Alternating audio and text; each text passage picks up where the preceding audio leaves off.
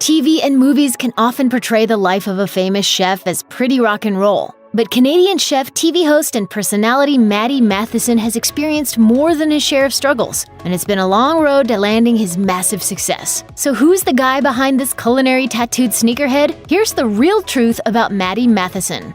I have a TV show. I'm the chef of many restaurants. Very successful. No, see, all that stuff's fake. That's what you say. Never one to shy away from spilling the less savory details of his checkered past, Matty frequently entertains fans and interviewers with stories of drug binges lasting days at a time. There was nothing he wouldn't consume if offered to him, and he often enjoyed taking multiple kinds of substances at once. For 15 years, Matty soaked up as much alcohol, cocaine, ecstasy, mushrooms, and acid as he could get his hands on. He was a self-appointed garbage head, someone who constantly dabbled in mind-altering substances. You know, I could easily drink a bottle of whiskey, 24 beers, half a bottle of vodka, do, grams and grams of cocaine, a few ecstasies. It was all fun and games until 2012, when a heart attack landed the 29-year-old in the hospital. While a heart attack in someone's 20s would likely bring the party lifestyle to a screeching halt for most people, it would take more than a terrifying medical scare to stop Matty's urge to binge. Alcoholism is a disease, and anyone who's ever known someone in its grip can attest to the horror. It changes people, causing them to become the worst versions of themselves. And despite the amount of treatment options available, some fall victim and never return. Luckily, Matty climbed out of the abyss, but it wasn't easy. I feel worse today than I've ever felt in my life. I feel like a piece of. Before choosing a life of sobriety, Matty solidified his reputation as a party guy early on. He was always the loudest and the craziest, and when fellow chefs came into town to rage, he welcomed them with open arms. However, as friends and coworkers around him ditched the antics to pursue their careers, Matty stayed put, satisfied with the role he carved out for himself, knocking back copious amounts of alcohol and showboating everywhere he went. And we got really wasted. We did a million shots. But finally, someone stepped in. Tired of the ongoing shenanigans and drunken stupors, 3 of his close friends staged an intervention, and Matty accepted. Even though he disguised it well, he too was tired of the exhausting existence. So these days, does he miss sipping a fine wine with an extravagant meal? You bet. And Matty admits that every sober day takes effort, but his passion for food filled the void left by the booze, and he enthusiastically declared he's now the best version of himself. One look at Matty and you can tell the dude loves ink. Like, a lot. After spending that kind of moolah on decorating your skin, you'd hope at least some of those designs would have a special meaning. And you'd be right. Just below my nipple, I have the worst tattoo of my body, but it's one of the most meaningful. Oddly, his least favorite tattoo on his body, in his opinion, also packs some major importance. Dedicated to his sister Sarah while she went through a rocky patch with her ex-husband, Matty had an artist from New Mexico design a heart with her name on his torso. Although he hated the final result, it represents just how much he loves his family. Sarah, I love you. Still, she's the best. Across his right knuckles are the letters DSOL, an acronym for his vice show, Dead Set on Life, representing the moment he kicked his out-of-control drinking habit for life. And his most meaningful tattoo, not surprisingly, is his son's name, MacArthur, running down his chest. MacArthur, I just got my son's name tattooed on me. Mac. That means the most. That's like the best one. You'd think that a chef who holds the accolades Matty does surely had dreams of making it big in the kitchen, but as it turns out, that wasn't exactly his thing originally. After high school, Matty found himself enrolling in Toronto's Humber College Culinary School for one reason. It was literally the only program willing to accept him. But it was soon apparent that handling knives and pairing ingredients were his strong suit. For the first time in his entire academic career, he earned decent grades and enjoyed doing it. The response was like, "Give me more, sir." You ever see that movie with the orphans? But Matty led a renegade lifestyle, and 2 weeks prior to graduating, he abandoned school to tour with his friend's metal band. After the substance-fueled tour ended, he returned to Toronto, resume in hand, and started looking for a job. Le Select Bistro offered a position to the culinary school dropout, and Matty accepted. There, he mastered the art of cooking classic French cuisine. Our tattooed friend was hooked and immediately began his gradual climb to the top. This kind of cooking just really gets me going, really tweaks my nipples. And if you know me, I'm a nipple guy. You've heard the expression, a way to a man's heart is through his stomach, but men aren't the only gender it applies to. Whipping up a delicious meal for any partner is a surefire way to score some serious brownie points and, according to Matty, possibly get a little bedroom action as well. His dish of choice is lasagna. If you don't like lasagna, you're probably an idiot. You probably vote for people that you shouldn't vote for.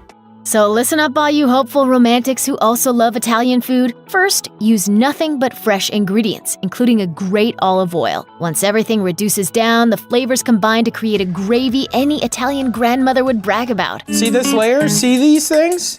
This is what lasagna should look like.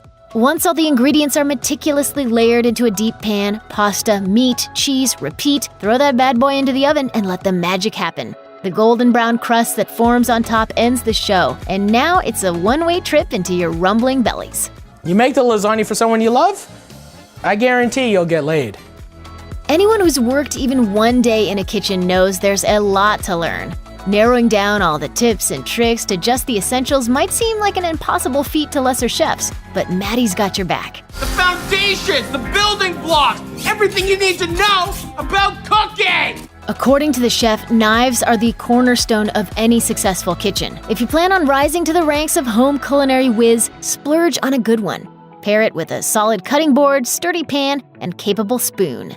While you can sometimes get away with using cheap pantry items, always shell out for quality staple goods like olive oil, flour, and salt. These ingredients alone crank a dish up from 10 to 11 real quick. Oh, and maple syrup. We can all agree our pancakes need tender, loving care as well. If you want to put some seasonings, I do. Finally, don't hang on to old spices forever. They dry out, and dull flavors make for dull meals. Get to know your supermarket spice aisle and keep things fresh in the pantry. I'm building a landscape of flavor. In a perfect world, we'd all swim in fat stacks of cash, able to afford whatever we want whenever we wanted it. But since that reality doesn't exist, people gravitate toward the affordable. Matty shops at local discount stores, but there are a few things he'll shell out top dollar for. And maybe you should too. Some fennel, some kohlrabi, some daikon, some rapini. First up, nab some supercharged olive oil. When Matty visits New York, he leaves with Frankie's 457 Sputino extra virgin olive oil. At $18 a pop, it might be a tough sell, but Matty swears it's the perfect oil. Then you've gotta have some maple syrup on hand.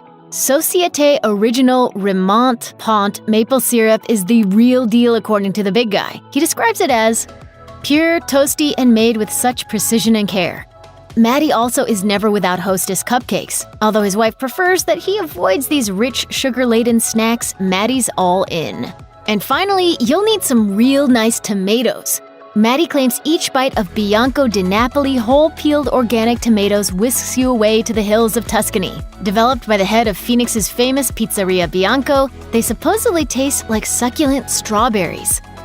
This is one chef who goes the extra mile to ensure his Instagram account kicks major butt.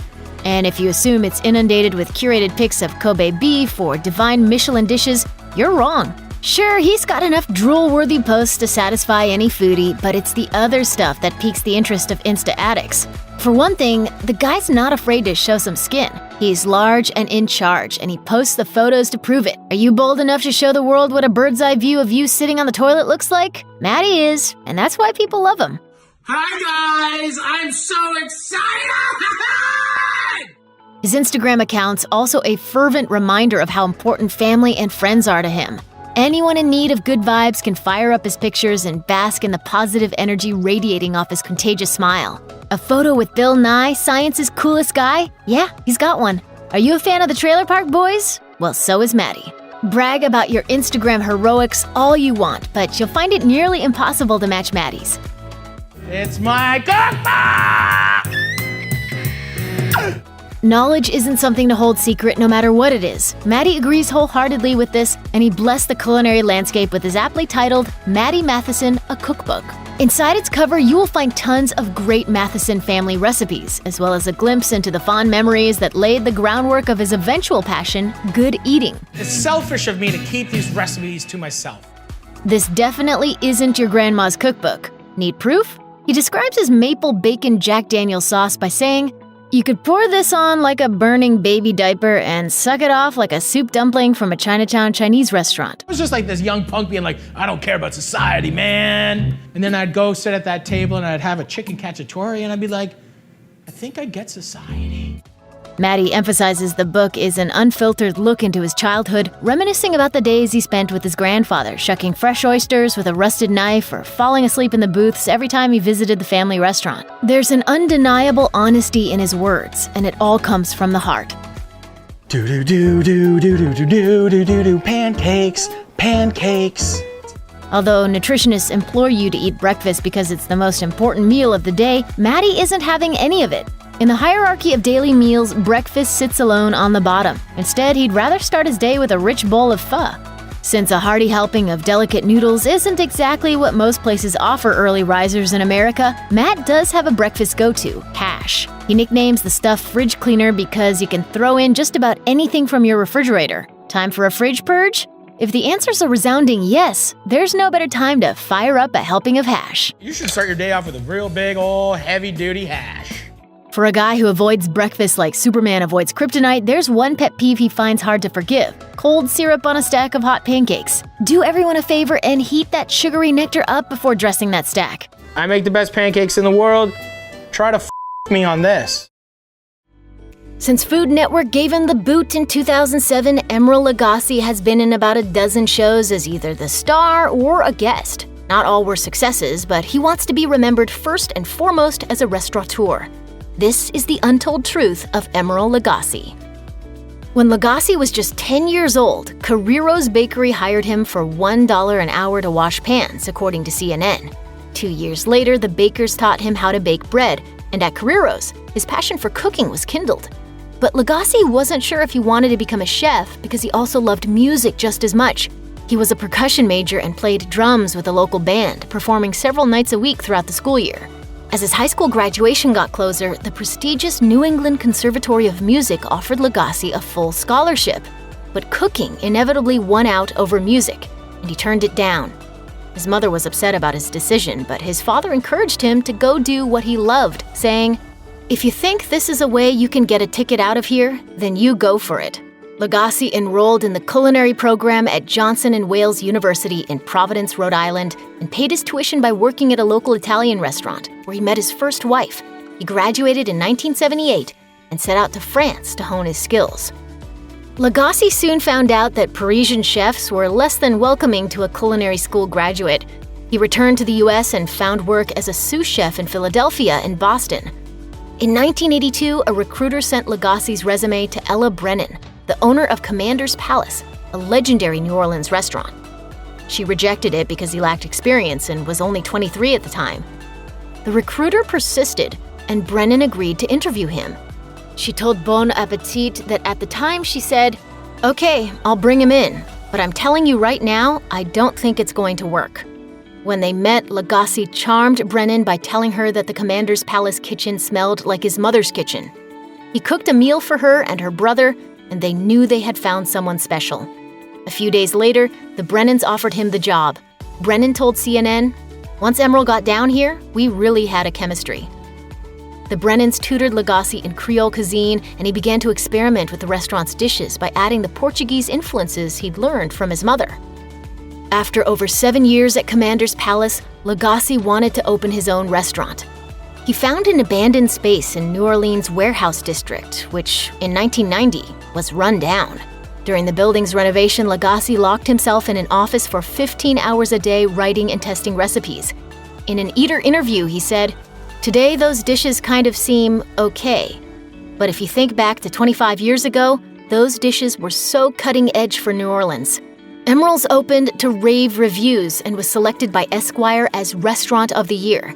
The following year, Wine Spectator gave Emeril's the Grand Award, and the James Beard Foundation dubbed Lagasse the best chef South. 2 years later, Lagasse opened NOLA, again to glowing reviews. By 1993, executives at the new cable station, Food Network, had heard of Lagasse and offered him a show, How to Boil Water. By Lagasse's account, the show was terrible, but Food Network recognized a potential superstar and gave him a new show, The Essence of Emeril. Lagasse was able to loosen up and be more of himself. In 1997, Lagasse's skill and colorful personality were showcased on Emeril Live, which combined Lagasse's two loves, cooking and music. During the show's 10-year run, Lagasse's energy never flagged. He opened 4 restaurants and wrote 10 cookbooks. In 2000, he signed a deal with B&G Foods to distribute Emeril's Original, a signature line of seasonings, salad dressings, marinades, and pepper sauces, which he promoted on Emeril Live. By 2005, Lagasse valued his empire at $150 million worth of business each year. During the production of The Essence of Emeril, Lagasse shuttled back and forth between his restaurants. To accommodate his schedule, the show had to shoot 8 shows a day, Sunday through Tuesday. 3 or 4 shows were shot in the morning, and then the 6-person crew took their lunch break, devouring the rich meals that Lagasse had just prepared on the set. When shooting resumed, he noticed that everyone was practically falling asleep. After that, BAM became a regular catchphrase. He told Bon Appetit, "BAM is just kind of me." According to the chef, people often yell BAM at him when he's out in public. In 2004, outside consultants reported to the new Food Network president, Brooke Johnson, that cooking shows like Emeril Live were losing ratings to the more exciting competition shows like Iron Chef America and Top Chef. If Food Network was going to survive, it would have to become less of the Emeril network. Johnson still believed in her superstar chef and allocated hundreds of thousands of dollars to overhaul Emeril Live with a new set and top-of-the-line equipment. But in 3 years' time, the higher energy shows were killing Emeril Live ratings. Also, the show was expensive to produce. Because of Lagasse's astronomical salary, one episode of Emeril Live cost as much as a full 13-episode season of a new show.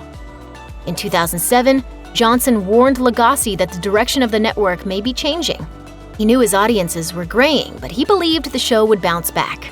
Network executives thought otherwise, and on December 11, 2007, the last Emeril Live was shot. Johnson told the New York Times, "All good things come to an end, and it was time to do something new."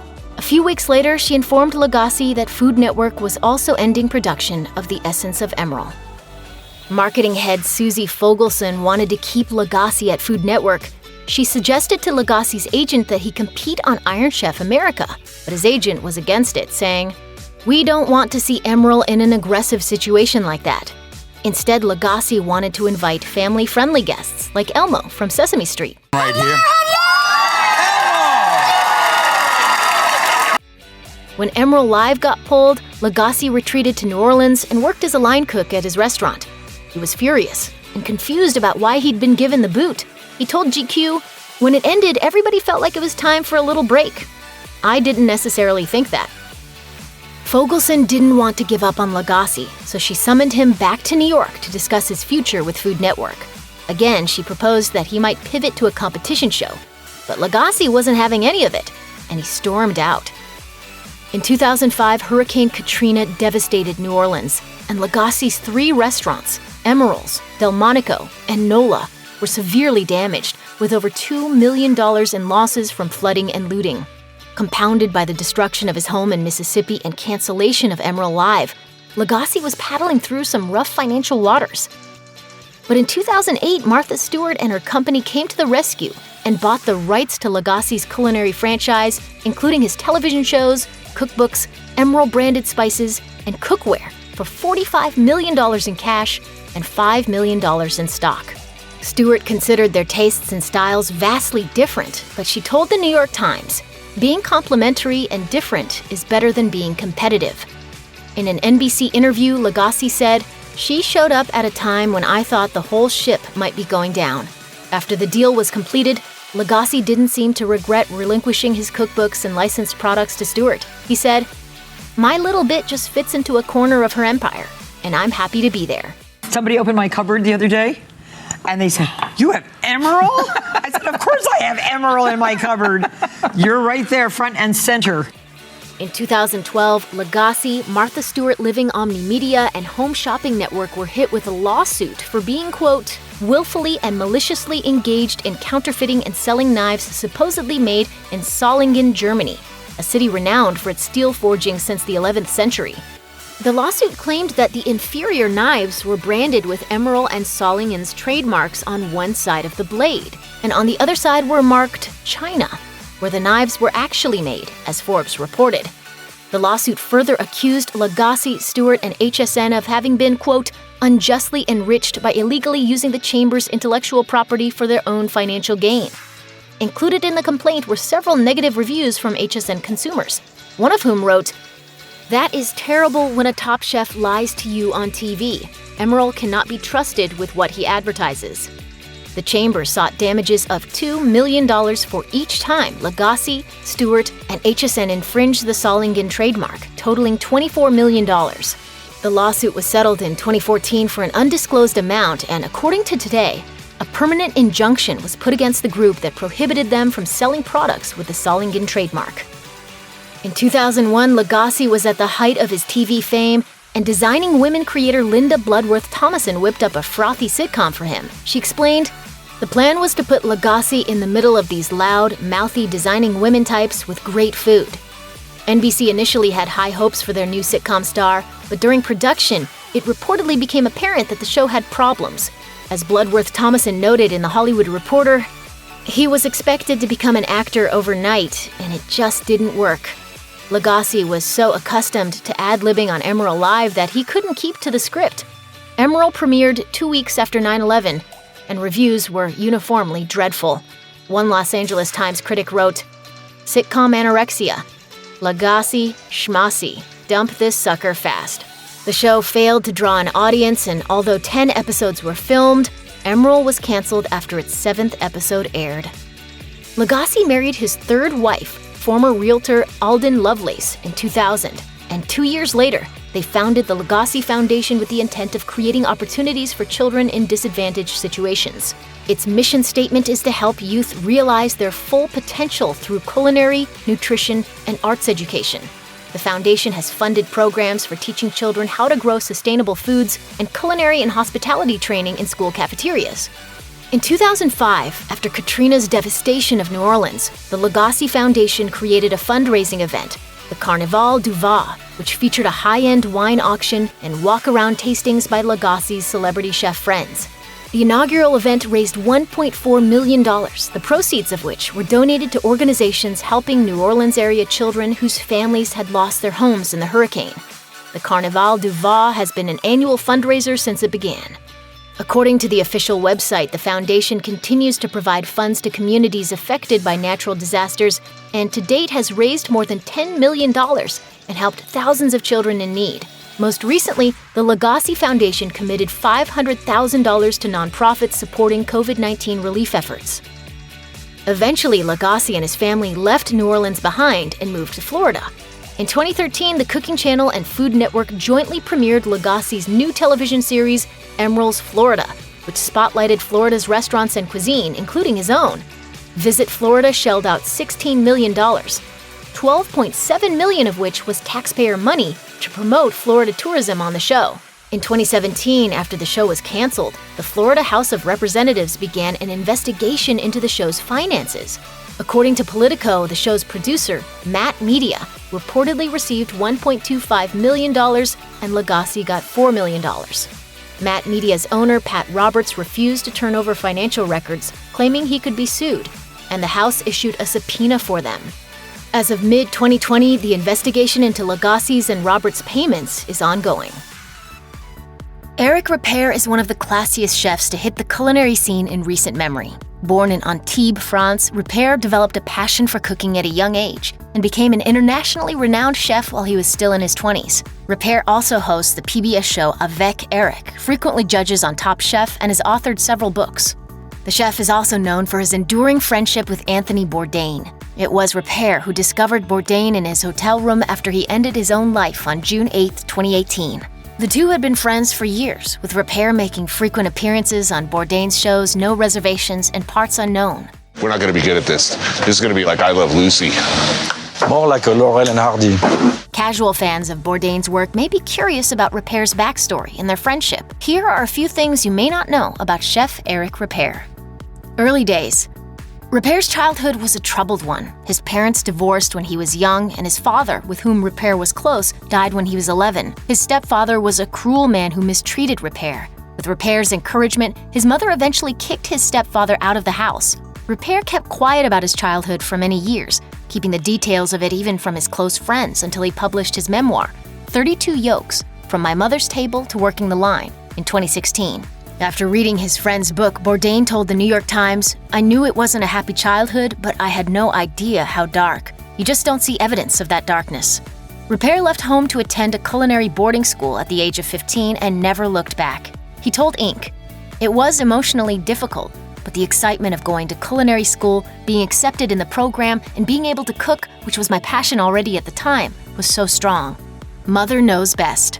One of Ripert's earliest cooking role models was his mother, who went the extra mile to give her family memorable meals and to make the experience feel special. Ripert told Esquire she would wake up at 5 in the morning to make a great breakfast, but that's just the start, saying, "She also prepared lunch and dinner and appetizer, main course, cheese, dessert on a different tablecloth, a different china platter, different flower arrangements and candles at night. I thought every kid in the world was eating like me, but it wasn't the case." A former angry chef. Ripert publicly denounces chefs like Gordon Ramsay, who are notorious for shouting at people. Ripert scolded Ramsay for his antics in a now deleted tweet, writing, "Nothing personal against Gordon Ramsay, but he is a poor inspiration for professional chefs in his shows. Ultimately, I believe in the goodness of Gordon, but he is very wrong." While Ripert typically displays a calm demeanor these days, there was a time when he too had a quick temper. The chef told Fudayan that when he was younger, he was more prone to acting out of anger. "One day I realized that when I was in a bad mood, people around me were not happy either. It is not possible to be angry and happy at the same time, and happiness is never born from anger." Buddhism changed his life. Ripert grew up in a Christian home knowing very little about Buddhism until reading a book about Tibet in 1989, which led him to reading a book by the Dalai Lama. Ripert told Buddhist magazine Tricycle that what he learned was a revelation. The chef has since applied Buddhist teachings to his life as well as to his kitchen, telling the magazine, "It gives me respect for the lives of the products that we are using, and I try to create an environment that is as peaceful as I can and to promote Buddhist principles of tolerance and compassion." Success on his terms. Unlike many famous chefs who have a string of restaurants, Ripert is content with having just one, the acclaimed Le Bernardin in New York City. He told Esquire, "Maybe other chefs would be bored to death in my situation. I would be stressed to death in their situation. But every day I walk in Central Park, I see my family, I see my team. It makes me happy. I don't want to be in an airport and flying to one place or another." Ripert's personal idea of success is simple. He just wants to be happy. He told Inc., "I think about a level of contentment that brings balance." While Ripert has dedicated quite a bit of his life to his career, he said he makes sure not to spend too much time working. The chef also pays his success forward by giving back to the community. You cannot be successful and look at people around you that are in need and not share. That doesn't make sense. Best friends. Ripert's friendship with Anthony Bourdain was one of the most notable in the industry. The cooking world can be cutthroat and competitive, but Ripert and Bourdain managed to strike up a friendship based on mutual respect and trust. Ripert explained his rapport with Bourdain on the official Parts Unknown blog. "It's very simple. We're very good friends. We laugh and it's comfortable because we can be calm, and sometimes we don't speak at all and we'll be happy together." I think he likes that a lot. Ripert added that Bourdain liked to push his limits, especially as Ripert is a notoriously relaxed person. "I am there to make him, Bourdain, look good. So he makes me suffer eating things I am uncomfortable with. No matter what, I really understand the spirit of his show. It is his show. He's the hero of the show." Bourdain's untimely death at the age of 61 had a profound impact on Ripert. He wrote on Facebook, "Anthony was my best friend. He was an exceptional human being, so inspiring and generous. One of the great storytellers of our time who connected with so many. I pray he is at peace from the bottom of my heart."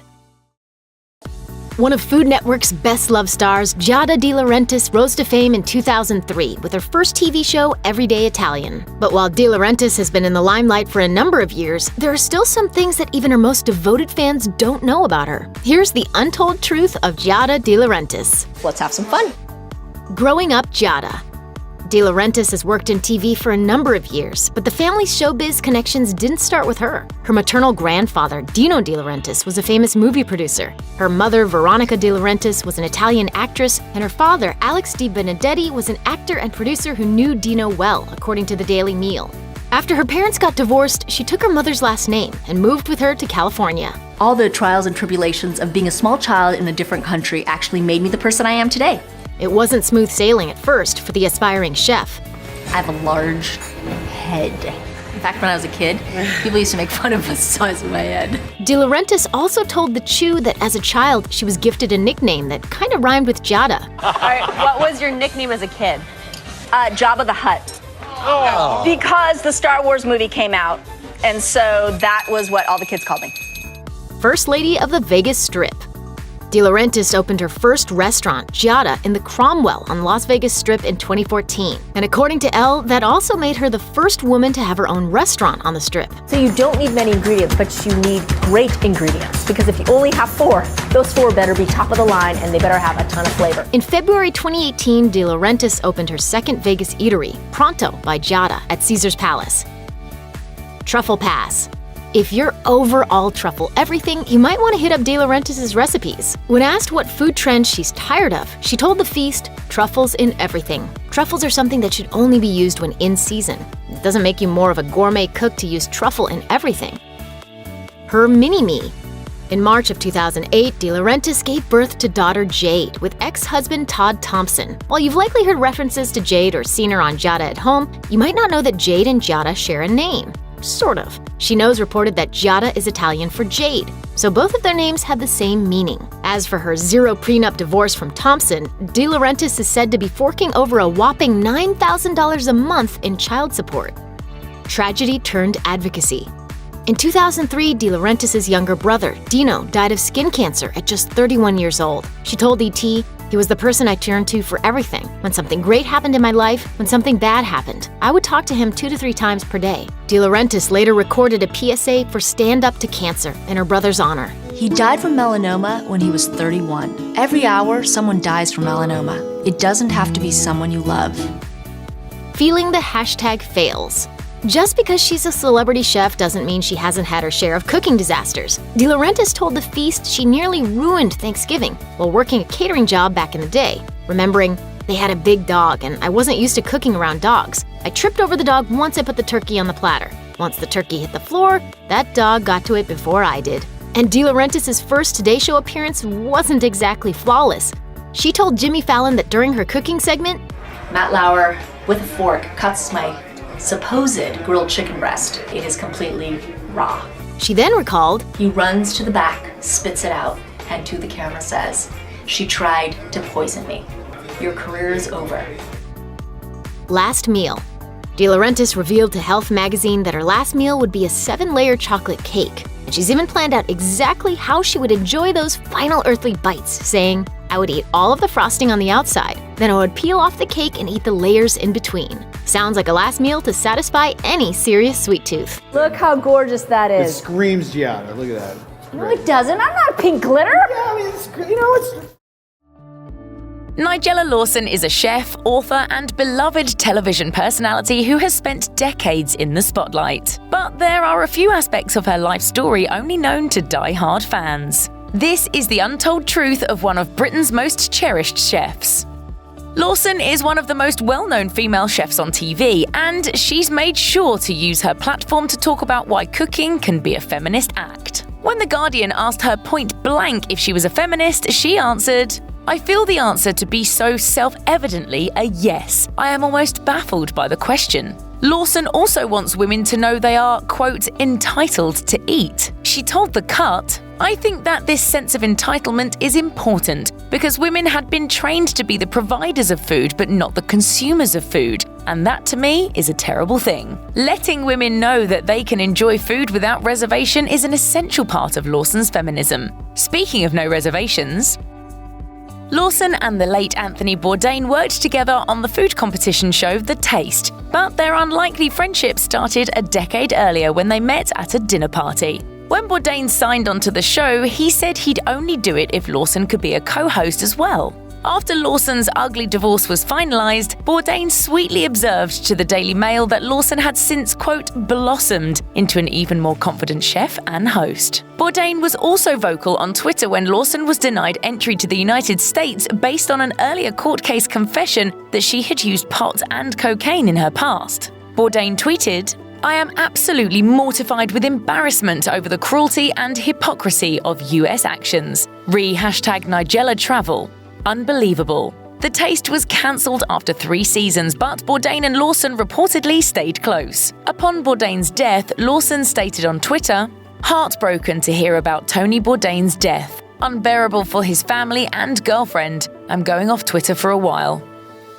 Not everyone has heard of Italian chef and food writer Anna Del Conte, but the influence of her books on Lawson and other notable names in the culinary world can't be understated. Some even credit her with introducing authentic Italian cooking to Britain. Lawson calls Del Conte's entertaining All'Italiana the book that made her into a food writer. She also notes that it's because of Del Conte that Lawson's own cooking tends to have a bit of an Italian flair. When I was writing my first book, I think Anna was probably the leading influence. In fact, Lawson considers Del Conte to be so influential to modern English cuisine that she decided to make a documentary about the chef. The Cook Who Changed Our Lives explores Del Conte's origins in Milan, gives a peek at the evolution of British cuisine over the past half-century, and features well-known chefs and food personalities talking about how Del Conte personally influenced them. Lawson has revealed in interviews that she actually loathed food as a child, primarily because of the pleasure-free way it was presented to her. She told The Guardian, "I was made to sit still until I'd eaten, and even after hours, it was probably never hours, but it felt like that then, I had failed to clean my plate, the same plate with its cold, unloved remains was put in front of me at the next meal." Lawson says that this food-based discipline was a common practice in 1960s Britain, but her mother was actually an excellent cook, and she slowly grew to appreciate mealtime as she got older. In particular, Lawson has fond memories whipping up egg-based sauces like mayonnaise and hollandaise with her mother and grandmother.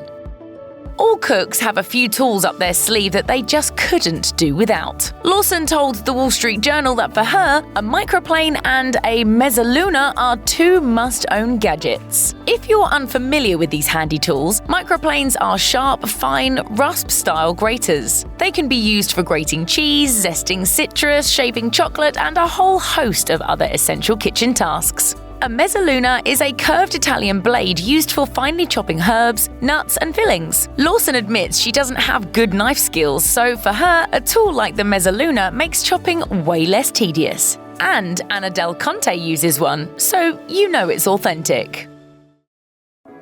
While you may be familiar with the allegations and admissions that caused the Paula Deen empire to crumble, you may not know everything about what it took to build that empire, who helped along the way, and exactly how many crumbs are left over. Born Paula Ann Hires of Albany, Georgia, Paula Deen did not officially become a dean until 1965, when the 18-year-old future celebrity chef married her high school sweetheart. Marriage to Jimmy Deen, and no, that's not the same guy that makes the sausage, would quickly prove to be no picnic. His rampant alcoholism challenged the marriage's foundation, while Deen was kept busy raising their 2 young sons, Bobby and Jamie. Even though she left him much earlier, the official legal split of the couple only came in 1992. In an excerpt from her book, Paula Deen, It Ain't All About the Cookin', she explained just what it was that ultimately led to the end of the union. He drank, and he drank way too much to suit me. Deen's hard times were further expounded by the deaths of both her parents. Her father passed away when she was 19, and her mother when she was 23. She was plunged into a state of depression and deep anxiety, and also suffered from agoraphobia, an anxiety disorder that causes sufferers to avoid stressful situations, often avoiding leaving the home entirely. On Oprah's Next Chapter in 2012, Paula explained how her agoraphobia stemmed from her deep religious beliefs and her feeling that her own father's death meant that she was destined to die soon. So at 19, I woke up every day waiting to die. That's heavy. In 2008, Deen told Good Housekeeping that she hadn't spent much time in the kitchen as a youngster. She confessed that a very busy social life meant it wasn't until she was in high school that she asked her mother for cooking lessons, but was quickly asked to leave the kitchen. It was her maternal grandmother, Irene Paul, who had the biggest influence on her kitchen education, and who also helped her to climb out of her lingering depression and crippling anxiety. The two spent time making Southern classics like fried chicken and collard greens until Deen had summoned the courage and the spare cash to get away from her alcoholic husband and retreat with her boys and younger brother Bubba to Savannah, Georgia. There, she did whatever she could to make ends meet, taking on jobs like selling insurance and hanging wallpaper. Her eureka moment came in 1989 when she decided to sell lunch and love in a bag to busy Savannah workers. That first company, the Bag Lady, fed the local community Southern favorites like ham salad sandwiches and banana pudding, and paved the way for a Deen family empire to begin to grow. The fast success of the Bag Lady saw the company move out of the Deen house and into the small restaurant of a Savannah Best Western. Eventually, a larger space called the Lady and Sons opened in downtown Savannah. A cookbook followed in 1998. Deen appeared on QVC, and USA Today awarded the restaurant with its coveted International Meal of the Year title in 1999. Things were looking up. Deen's talents and down-home Southern charm caught the eye of famed television host and producer Gordon Elliott, who, along with power agent Barry Weiner, campaigned for her to join the ranks of Food Network's cadre of chefs and home cooks. Deen was a guest on a couple of Elliott's shows for the network before shooting her first pilot, Afternoon Tea. She got the thumbs up for her first series, 2002's Paula's Home Cooking, followed by Paula's Party in 2006. Bobby and Jamie's own show, Road Tasted, followed later that same year. The next few years saw no end of accomplishments. Deen launched a self-titled magazine, published more cookbooks and a memoir, released multiple product lines, won a 2007 Daytime Emmy Award for Paula's Home Cooking, and began filming her third Food Network series, Paula's Best Dishes, in 2008. When Paula Deen first met her former agent Barry Weiner, she told him that she wanted to be the Martha Stewart of the South. Weiner told her that she would be even bigger, and according to the book From Scratch Inside the Food Network, Weiner credits 9/11 with helping him make that ascent begin to happen. Weiner had his work cut out for him with Paula Deen, as the Food Network did not initially jump at the chance to showcase a middle-aged, overweight woman with a Southern drawl, especially with their programming leaning more to coastal high-end fare. And then 9/11 happened. Weiner pointed out to the network that the nation was looking for comfort at a time when he said, "One thing that we've all learned because of 9/11 is we're all going to die, whether we eat fried chicken or we don't eat fried chicken." In her 2007 memoir, Deen credited Weiner with being, quote, "the closest thing I've had to a father since my real father died." This relationship was not nearly as enduring. In 2013, in the midst of scandal, they parted ways. Paula Deen and company got their first nibble of what a backlash could taste like when Deen announced her type 2 diabetes diagnosis in early 2012. Though many fans appreciated her candor and her promise to shift the focus of her shows to healthier cooking methods, many others were quick to point out that she knew about this diagnosis for some time, but had continued to shoot her programs filled with fat and sugar-laden recipes. Most troubling for some was the fact that Deen announced her diagnosis at the same time that she, along with her two sons, began endorsing the Danish diabetes medication Victoza. Even fellow celebrities took aim at her, and Anthony Bourdain summed up the controversy with this tweet: "Thinking of getting into the leg-breaking business so I can profitably sell crutches later." Though Food Network had just started airing Bobby Deen's health-minded cooking show, Not My Mama's Meals, the network claimed to have had no prior knowledge of Deen's diabetes diagnosis. Deen forged on with her transformation to promote a healthier lifestyle, but public sentiment seemed to be turning for many who criticized her many endorsement deals for everything from mattresses to coffee to controversial Smithfield foods. Troubles really started in 2013 when a former employee of Bubba's Seafood and Oyster House sued the Deens, accusing them of racism, discrimination, and sexual harassment at the workplace. The restaurant was run by Deen's younger brother, and while under oath for a deposition, she was asked if she had ever freely used racial slurs. Deen replied, quote, "Yes, of course." As if that wasn't bad enough, she also admitted to suggesting an antebellum-themed party where all the servers would be middle-aged African-American men dressed as slaves. The backlash was swift as the news of Deen's comments went public. Deen's camp was quick to issue a statement claiming that Deen was merely a product of a different generation and didn't actually condone racism. But the damage was largely done. Deen released a teary-eyed apology, saying in part, "The color of your skin, your religion, your sexual preference does not matter to me, but it's what's in the heart, and my family and I try to live by that. And I am here to say I am so sorry. I was wrong, yes. I've worked hard and I've made mistakes, but that is no excuse. And I offer my sincere apology to those I have hurt, and I hope that you forgive me, because this comes from the deepest part of my heart."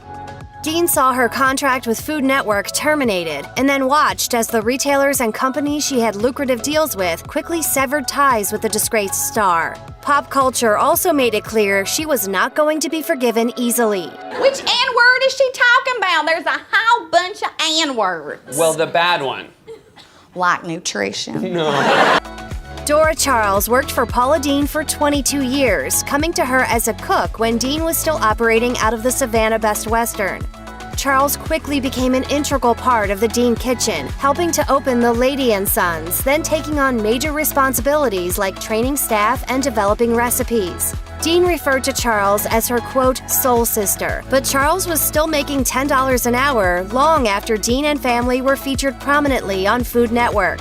Though Charles did enjoy perks like jobs for friends and family, stints on celebrity cruises where she worked without pay but with expenses covered, and occasional swag and goodies, it was not until the major lawsuit hit that Charles received a salary and bonus. With mixed feelings, Charles spoke out about the racism and ill treatment she witnessed within the company. By 2015, Charles had left the Deen's employ and published her own cookbook, A Real Southern Cook, in her Savannah kitchen. In the acknowledgments, she wrote, quote, "Without Paula, this book wouldn't exist." Anyone who has enjoyed Paula Deen's programs is no doubt familiar with her husband, Michael Groover. The two tied the knot in 2004, and their wedding reception at the Lady & Sons, complete with a spread of Southern food classics like shrimp and grits and pickled okra sandwiches, was filmed for Food Network. Groover was featured prominently in Deen's programs, and he even penned his own memoir, which testified to the couple's soulmate bond. Divorce rumors sparked in 2013 when a tabloid published a story claiming that Groover was having a long-time affair. Shortly after that story ran, Deen filed paperwork to transfer the deed on the couple's $1.3 million home over to Groover as a gift, a move that caused many to speculate that the gift was actually a quiet divorce settlement. But in 2015, Deen announced that the deed transfer had been a misunderstanding and filed to return the house to both their names. In a 2016 blog post on Deen's website, Deen celebrates the couple's 12th anniversary by reminiscing about their wedding day, saying that she and her soulmate are still in the honeymoon phase of their marriage. Back in 2012, Deen was getting some serious hate for continuing to promote her fat and butter-heavy cooking style, making around $10 million a year and concealing the fact that she had been diagnosed with type 2 diabetes. Fast forward a few years, and it appeared that she had taken the criticism to heart. When Deen released a new cookbook in 2015, she talked to the Huffington Post about it. Paula Deen Cuts the Fat included not just a whole bunch of new recipes, but 50 old favorites remastered to include healthier ingredients. She said that her tastes had changed, noting, "Habits form very quickly, and once you start modifying the way you eat, you end up forming a new, healthier habit." And it seemed she had taken her own advice. By that same year, she had shed an impressive 40 pounds and had told Dr. Oz that even though she hadn't accepted her diagnosis at first, she finally kicked it into high gear. "I went home to my kitchen and I threw out everything that was white. White bread, white rice, white potatoes, and white pasta. The thing that I'm trying to really focus on, y'all, is moderation, moderation, moderation." Watch her on television or in an interview, and most of the time you get the impression that Paula Deen is just a sweet, grandmotherly Southern lady. But some of the things she says and does are shockingly R-rated. In 2012, the New York Post got a hold of a blooper reel with a weird story. According to them, the video was originally given to a group called Celebrity Chefs Tour, with instructions it was to be played before her live cooking demonstrations. But it was filled with so much profanity that they refused to show it, and it became the topic of a lawsuit and the reason for Deen backing out of a 10-city tour. And it's bad. When CNN played it, they bleeped almost everything and didn't even show the part where she made some decidedly indecent gestures with an eclair. Many of the words she's been overheard using can't be repeated in polite company, and she apparently has a tendency to share way too much on her celebrity cruises, including the strangest places she's gotten intimate with her husband. TMI. Thanks to her candidness on the Great British Bake Off, viewers got an insight into Mary Berry's life, likes, dislikes, and sartorial preferences. But there's still so much more you can learn about the talented baker. Here's everything you didn't know about Mary Berry. If you've noticed that Mary Berry's left arm seems weak, don't assume it's because she suffers from arthritis, as she says many viewers do. It's actually the result of her battle with poliomyelitis, a life-threatening disease caused by the polio virus. It affects the spinal cord and can even cause permanent paralysis. When Berry was 13, it was 1948 and there was no vaccine, so the risk of contracting polio was high. Temporarily paralyzed with the virus, she was put in an isolation hospital, where, as she told The Guardian, she ate nothing but liquid food and could see her parents only from behind glass. In Mary Berry, the Queen of British Baking, the biography, she said, "When I came home, I just had this weak left side and I had my arm in a brace that held it above the head. But I recovered remarkably, though my left hand is a bit smaller and misshapen. While that affects her to this day, it's wonderful that she made a full recovery otherwise." It's strange to think of Mary Berry struggling to make ends meet, but she wasn't always a well-to-do celebrity.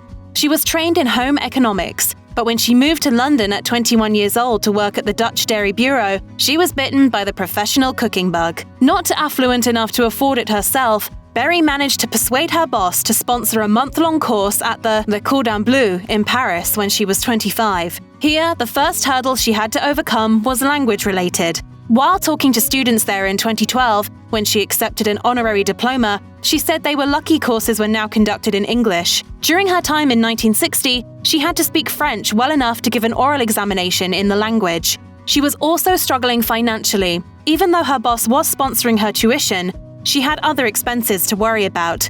Paying for her own bed and board was beyond her means, but the resourceful celebrity in the making survived by living in a youth hostel and eating nothing but baguettes for every meal. Her ability to stick it out paid off, of course, as she's more than comfortable today. Since having polio in her teens, Berry is no stranger to suffering, but in 1989 she was struck by an even worse tragedy. Her son, 19 years old at the time, died in a car accident. While she has not gone into too much detail about the event, she opened up about it in a BBC documentary in 2017. In The Mary Berry Story, she talks about the night before the accident, when she had a family meal with William, who was visiting from Bristol where he was at university at the time. In a way, I thought, well, we're just so lucky to have the other two. In BBC's 2019 Christmas special, A Berry Royal Christmas, which featured the Duke and Duchess of Cambridge, she spoke about how Prince William lost his mother at a very vulnerable age, and she lost her son in a car accident as well. So we know what it is to be without someone very special. Can you imagine the intimidating judge, Mary Berry, being camera shy? She is so confident in interviews, gives great acceptance speeches, commands attention when she's hosting shows, and doesn't bat an eye when in the presence of the royal family. But just like a lot of people, Berry learned on the job. Starting her career as a writer, it's no surprise that being a presenter did not come naturally. When she first began a career on television in the 1970s, she appeared on Afternoon Plus alongside acclaimed television presenter Judith Chalmers. In an interview with Metro in 2019, Chalmers said Berry was, in fact, quite nervous to begin with.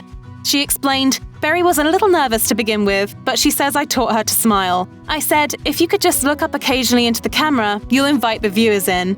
And I said, the trouble is, if you don't smile, they might switch to another channel. Just because they're in the same business doesn't mean they get along. Mary Berry may have great camaraderie with her Bake Off co-judge, Paul Hollywood, but she doesn't get along with all TV chefs. Berry and celebrity chef Jamie Oliver now seem to be on good terms. She's gone so far as to say he makes cooking fun. However, there was a time when she found him, quote, irritating, bumptious, and over the top. The celebrity chef she really doesn't get along with, however, is Gordon Ramsay, who is most famous for his crude language. Hey, Bozo. Yeah, chef. Tell me how pink that duck is. Not pink at all, chef. Nowhere near a donkey. On shows like Hell's Kitchen and Kitchen Nightmares, he's become especially famous for his quick temper and use of expletives. All of this doesn't seem to sit well with Mary, who is picky about what she watches. Not only does she call most television, quote, ghastly, she says many shows on television are, too, quote, violent, cruel, and noisy for her taste. As for Gordon Ramsay, she says, I hate Gordon Ramsay's programs. I don't know if he's been told it makes good television. It's no wonder that she signed up for the Great British Bake Off, which, according to her, is great family entertainment. Mary Berry is slim and stylish well into her 80s, even though she doesn't believe in going to the gym. I absolutely loathe going to the gym, and I would much rather play tennis. Do you go to the gym? No! She does believe it's important to stay in shape, so her enviable figure is not that much of a surprise. With her celebrity status added to the mix, it's not shocking that what she wears is a hot topic. What is surprising is what a fashion icon she has become, especially since she told Lumity in 2019 that she doesn't believe in fashion and instead simply dresses to suit her figure. Nevertheless, her style on the Great British Bake Off became the subject of much discussion, with viewers raving about her floral jackets. People were soon mimicking her signature style to such an extent that in 2012, Zara was all sold out of the silk floral bomber jacket that began the craze. Since then, she's worn a number of statement jackets from Oasis, Damart, and Ted Baker that have all become incredibly popular, cementing her status as a trendsetter. Most people make the bulk of their food safety decisions by reading expiration dates. Not Mary Berry, though. In 2017, she told the Cheltenham Literature Festival that she had picked up several tips from her mother when she was growing up. And since there were no freezers at the time, this was one of them. She doesn't bother checking whether her food has gone off by looking at the dates. Instead, she does what most people are familiar with doing with flowers. She smells them. She said, I don't do sell-by dates, but I have to confess, if there is a pot of cream, I just lift the lid and smell it. If it's all right, I have it. She does emphasize, however, that you have to be extra careful with meat, which is one thing she does consider keeping within the dates. Viewers were crushed when in 2016, news outlets announced that Berry would not return to the Great British Bake Off. Many saw it as a betrayal and wondered how the show could go on without her. Of course, it did, switching her out for another celebrity chef, Prue Leaf. However, few people know that the real reason Berry decided to leave had to do with loyalty, not betrayal. The Great British Bake Off began on the BBC, which Berry told Radio Times she has been watching since she was a child. When it decided to move to Channel 4, she stayed loyal to the BBC and, along with co-hosts Sue Perkins and Mel Gidroyce, decided not to move on with the show. They replaced Sue and Mel with comedian Noel Fielding and quiz show host Sandy Tuxvig, though Paul Hollywood stayed with the show. Fans could still see Berry on the US adaptation, The Great American Baking Show, although she left the series after 2019 to focus on other projects. From struggling to make ends meet to becoming a Renaissance woman, Berry has come a long way since culinary school. While her stints on television are well known and her cookbooks are bestsellers, did you know that she also has her own brand of food products? As a food entrepreneur, she introduced her own line of salad dressings and sauces. This was initially an idea suggested by her husband, Paul Hunnings, and encouraged by her daughter Annabelle, who loved the sauces Berry made at home for the family. The sauce has got to be the right consistency. And for me, it's got to have some texture to it.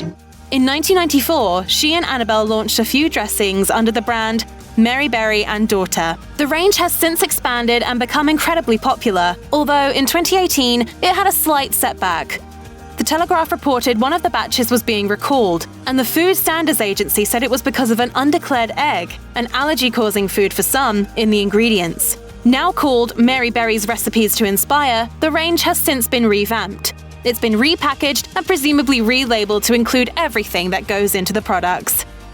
Mary Berry is quite a formidable lady, and it's easy to imagine the British chef in a garden somewhere, sipping tea and nibbling on a scone. Imagining her at a cricket match or cheering on her favourite players at Wimbledon is pretty easy too. But you'll never guess what sport she is actually a big fan of. It's not soccer, although she does have quite an affection for English football, telling her co-host Paul Hollywood on the Great British Bake Off in 2016 that she's a fan of the Liverpool-based Premier League team Everton. However, more surprising than that is her real love of rugby. That's right, she's a fan of the English contact sport, even going so far as to attend the games in person to support England during the World Cup in 2015. She's such a big fan, she also supports local teams, even hosting an afternoon tea event in 2015 for her home team, Bath Rugby.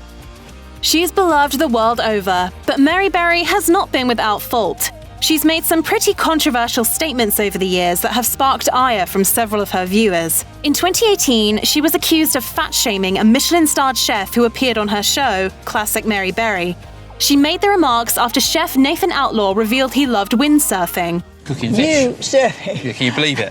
Well, you must go very far. A bit of weight on that board. Apart from talking about how much weight there would be on the board, she also suggested his large size meant he would be good at crushing garlic, comments that some of her viewers were not in the least bit amused by. I think you're cruel, Mary. I really do. One viewer tweeted, "Mary Berry has gone down in my estimations. Just casually fat-shamed a chef twice. Like, just because you're Mary Berry, you don't get to be rude?" It's not the only time she has been accused of being somewhat insensitive, as she has been quoted by the Sunday Times food magazine saying she watched what she ate because she didn't want to be a large person on a food show. Berry went on to say that large people shouldn't be judging cakes on food shows because it's not what people want. She explained, "Or else people will say, look what happens when you eat cake." Berry is an almost unrivaled doyenne of the baking world. In fact, she's called the Queen of Baking and is known for her delicious Victoria sponge recipe. However, that's not all Mary Berry can do. She's written more than 75 cookbooks over the course of her career, not all baking related. One of her longest-standing passions is using an AGA, a heavy-duty stove and cooker made of cast iron, which was invented by Swedish physicist Dr. Gustav Dahlén. In fact, she is such a big fan, she has held workshops and written the complete AGA cookbook to help people use the kitchen appliance better. Her versatility doesn't end there. While Mary Berry's Baking Bible is undoubtedly one of her most popular books, she has expertise in several other schools, culinary and beyond. From fresh, light food in a jiffy in Real Food Fast and classic family recipes in At Home, to prepare-ahead meals in Cook Now, Eat Later, and even one on running the household called Mary's Household Tips and Tricks, she's got a book for almost everything. He's a well-known Iron Chef and a once successful restaurateur, almost as famous for his brand of Italian cooking as he is for his orange Crocs, ponytail, and zip-up vests. But while you're sure to have seen him on the Food Network and The Chew, there's a lot you don't know about Mario Batali's sometimes sordid past. In October 2017, an employee lodged the first formal misconduct complaint against Batali. And according to Eater, in the following months more people started coming forward with accusations of inappropriate behavior against the chef, both during and outside of work.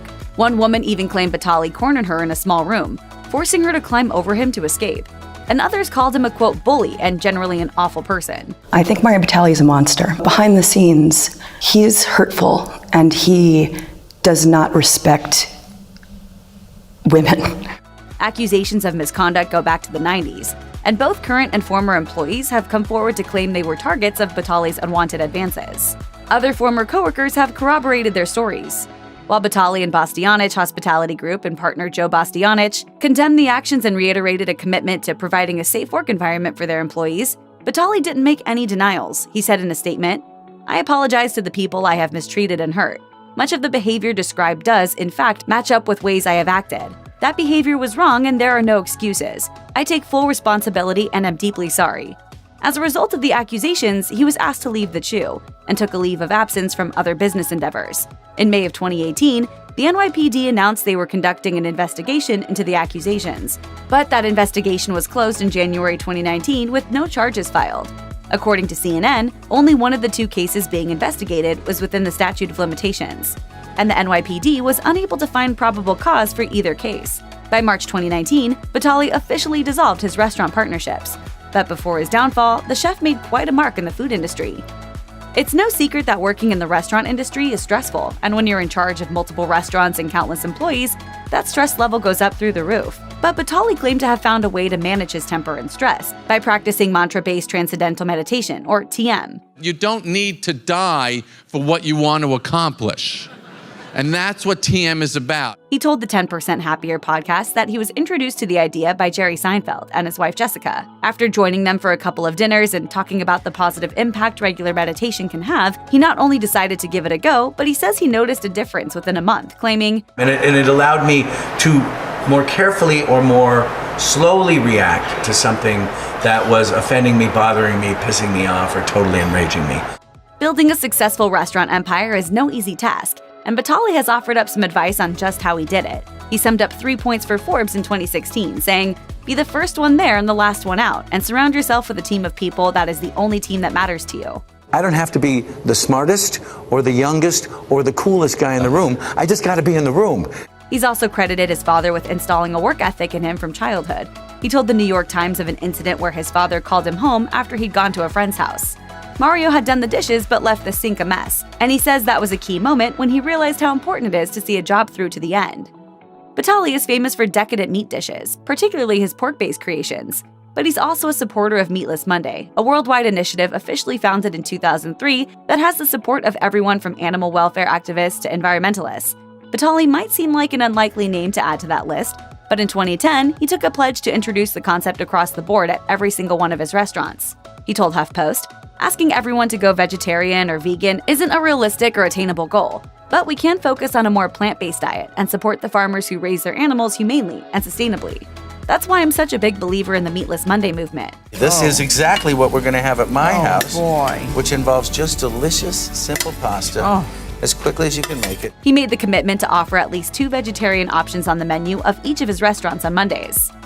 In 2010, Batali and business partner Joe Bastianich found themselves on the receiving end of a lawsuit filed by 2 of their employees, both on the waitstaff of West Village restaurant Babbo. According to the lawsuit, tips were being pooled and before being distributed to the waitstaff, 4.5% of the evening's wine sales were deducted from the tips. The partners were also accused of failing to pay appropriate overtime to employees who worked more than a 10-hour shift.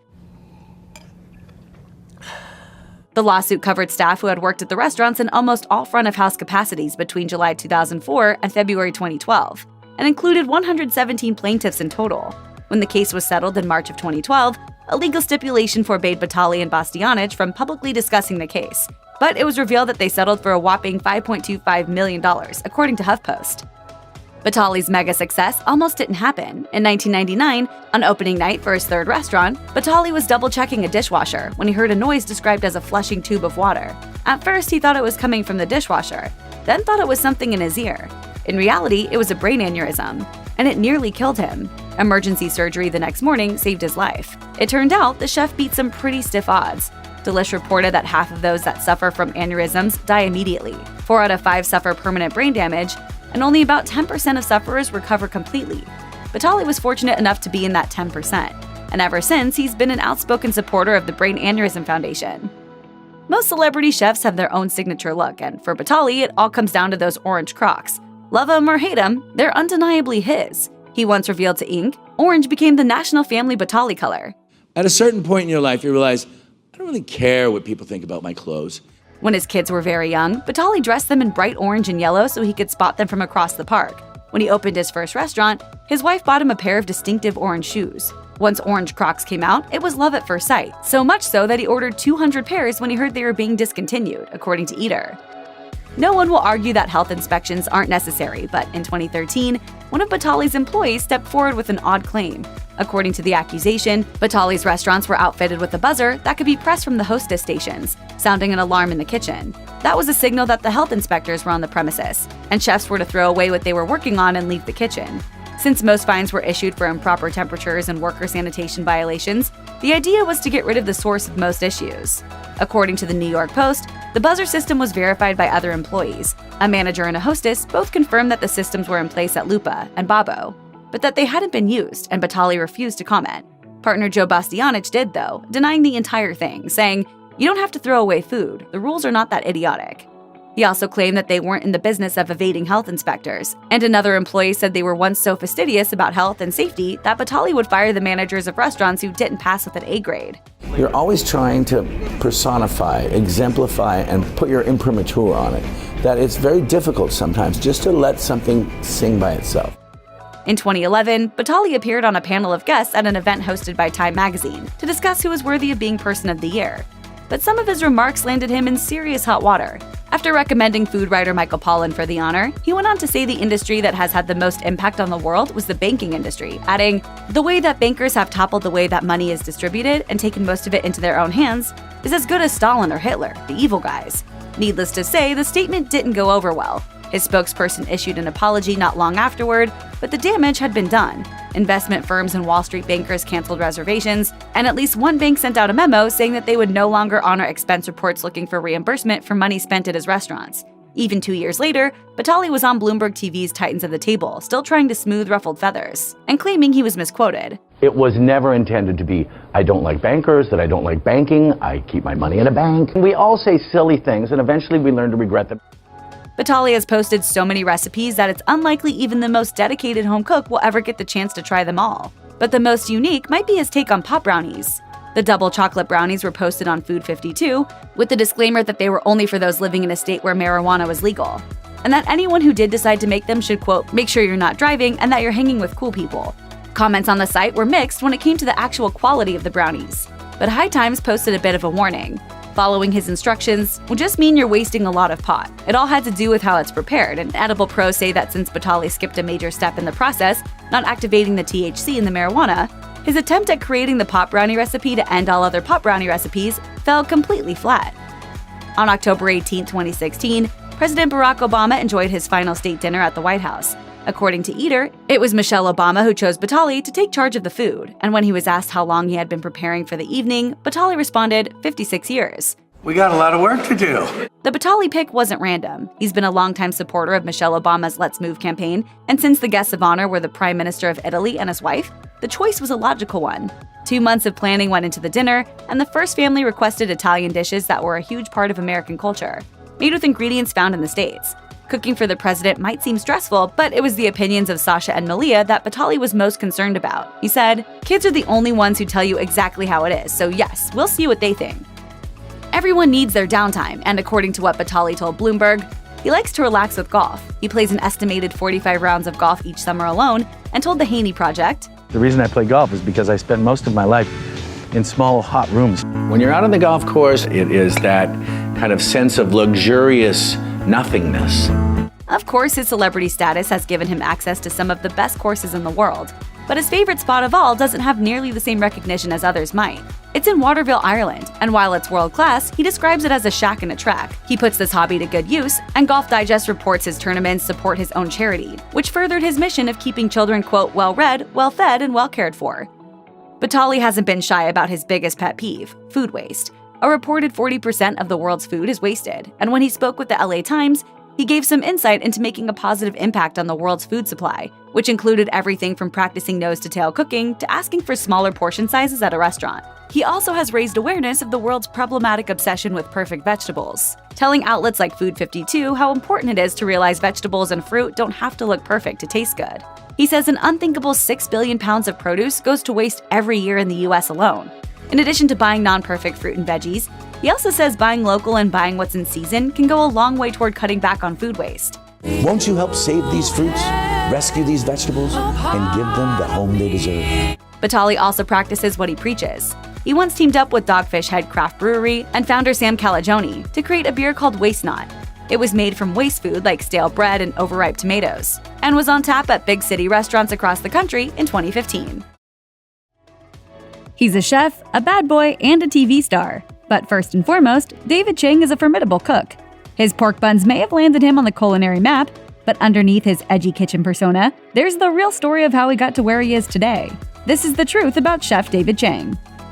Famous for his bad boy rep, it's easy to think that Chang dove into the kitchen head first, but it turns out that his earlier life had very little to do with food. He attended Trinity College in Connecticut, where he majored in religion, not cooking.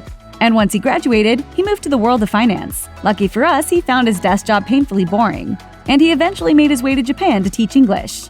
There, his childhood love for food was reignited, and the rest is history. Though his finance days are long gone, he says he's still interested in the spiritual side of life. He told Big Think, "Religion is actually something that if I wasn't doing cooking, I'd probably go to divinity school or something like that, because it's something that interests me a lot." Once you've unraveled the mysteries of creating the perfect pork belly bun, deciphering the secrets of the universe is the next logical step. Though he loved noodles as a child, Chang lost touch with cooking during his teen years. Then, while studying abroad in London, he encountered Wagamama. Chang would slurp up bowls of their ramen regularly, conjuring memories of the restaurants of his childhood, and further solidifying his love of what he calls Just a kick-ass bowl of ramen. Part of the reason Chang eventually moved to Japan to teach English was because of his ramen obsession.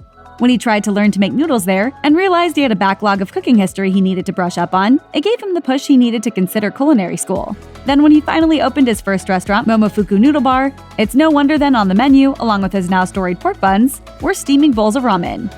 Considering that a dismal 70% of all restaurants fail within 3 to 5 years of opening, it's no surprise that Chang's financially savvy father was less than enthusiastic about his son attending culinary school. My dad immigrated to this country and he worked in the restaurants industry for 30 years. So they have some serious opinion. His father had initially wanted Chang to be a pro golfer, and he was already disappointed that his son had traded in the golf clubs for a low-level teaching gig. But throwing away that for a chance to work in a kitchen just seemed like too much. For a while when I was younger, opening the restaurants, I would punch walls or just destroy things. Yet Chang proved himself. After graduating from the French Culinary Institute in 2000, he started out as a line cook at the posh Mercer Kitchen in New York City. Then he landed a gig at Tom Colicchio's Craft, answering phones before finally being allowed in the kitchen. He worked his way up, eventually going back to Japan for 2 years to learn more. Chang showed his father that he was serious about making cooking his career. And finally, along with some friends, his father gave Chang $130,000 in startup funds so he could open Momofuku. Chang's popularity exploded as soon as he opened the first iteration of Momofuku in 2004. Since then, he's opened several restaurants across North America, helped open 16 Milk Bar locations with partner Christina Tosi, as well as several bars. But the most impressive feat has to be his building in Toronto, which over time has housed several different Momofuku Group restaurants.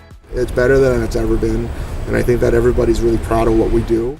When it first opened, the 3-story building hosted different Momofuku restaurants on each floor. On the first floor was Noodle Bar, on the second floor, the Bar Nikai, and the Milk Bar Bakery, and on the top floor were 2 restaurants, the family-style Daisho and tasting menu-only Shoto. By 2018, Daisho and Shoto closed, but the space didn't stay empty for long. Kojin opened in June 2018 under the watch of executive chef Paula Navarrete. Food delivery is everywhere these days. How many apps do you have on your phone just for ordering food? Disappointed with the traditional offerings on those apps, Chang became an investor in Maple, an app which set forth to revolutionize the industry. Instead of relying on couriers who would pick up food from existing restaurants, Maple would have an in-house kitchen with a menu curated by famous chefs, and arrive at your door in 30 minutes. I mean, outside of pizza, no one's really spent time to make food for delivery. Unfortunately, it was all too good to be true. At the end of 2015, it was reported that the company was losing money, to the tune of $9 million. Maple shut down in 2017. Chang's second entry into the business, a delivery-only restaurant, was likewise unsuccessful. Luckily, Chang still has many restaurants in his empire to keep him busy. When Lucky Peach magazine released its first issue, foodies around the country were immediately smitten. There were the customary long-form scholarly articles, but done with a new bent. Snark was abundant, creativity bursting from every page, and the documented food was obviously phenomenal. We weren't really thinking about what other people wanted. We thought what would be funny and interesting to us.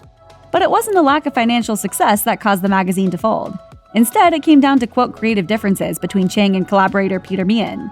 Meehan claimed that they had disparate visions for the magazine and its funding, and Chang said that he planned on searching for new financial partners so that Lucky Peach could still live on. Though Lucky Peach has yet to resurface, it did manage to print 4 cookbooks in its heyday. So if you're still mourning the closure of the magazine, you can at least hold on to those hard copies. It's no secret that David Chang's Netflix show, Ugly Delicious, has become a huge success. I just reached a point where I'm okay making really ugly food. It was quickly met with critical acclaim and renewed for a second season per The Hollywood Reporter. But even with its 100% certified fresh Rotten Tomato score, and critics hailing it as a love letter to America's melting pot of food, it's not gone without its fair share of criticism. I can't change their politics, but maybe I can by opening up their viewpoints to food. Even when the show made efforts to address the issues of, quote, racial politics in the food world, it still received backlash for not doing a good enough job. A writer for Reappropriate described Chang's attempts at addressing racial issues as, quote, ham-fisted and disappointingly unnuanced. The show's take on barbecue also caught flack for presenting an episode that ignored the influence of Black Americans in barbecue culture. Only Americans say that's not barbecue.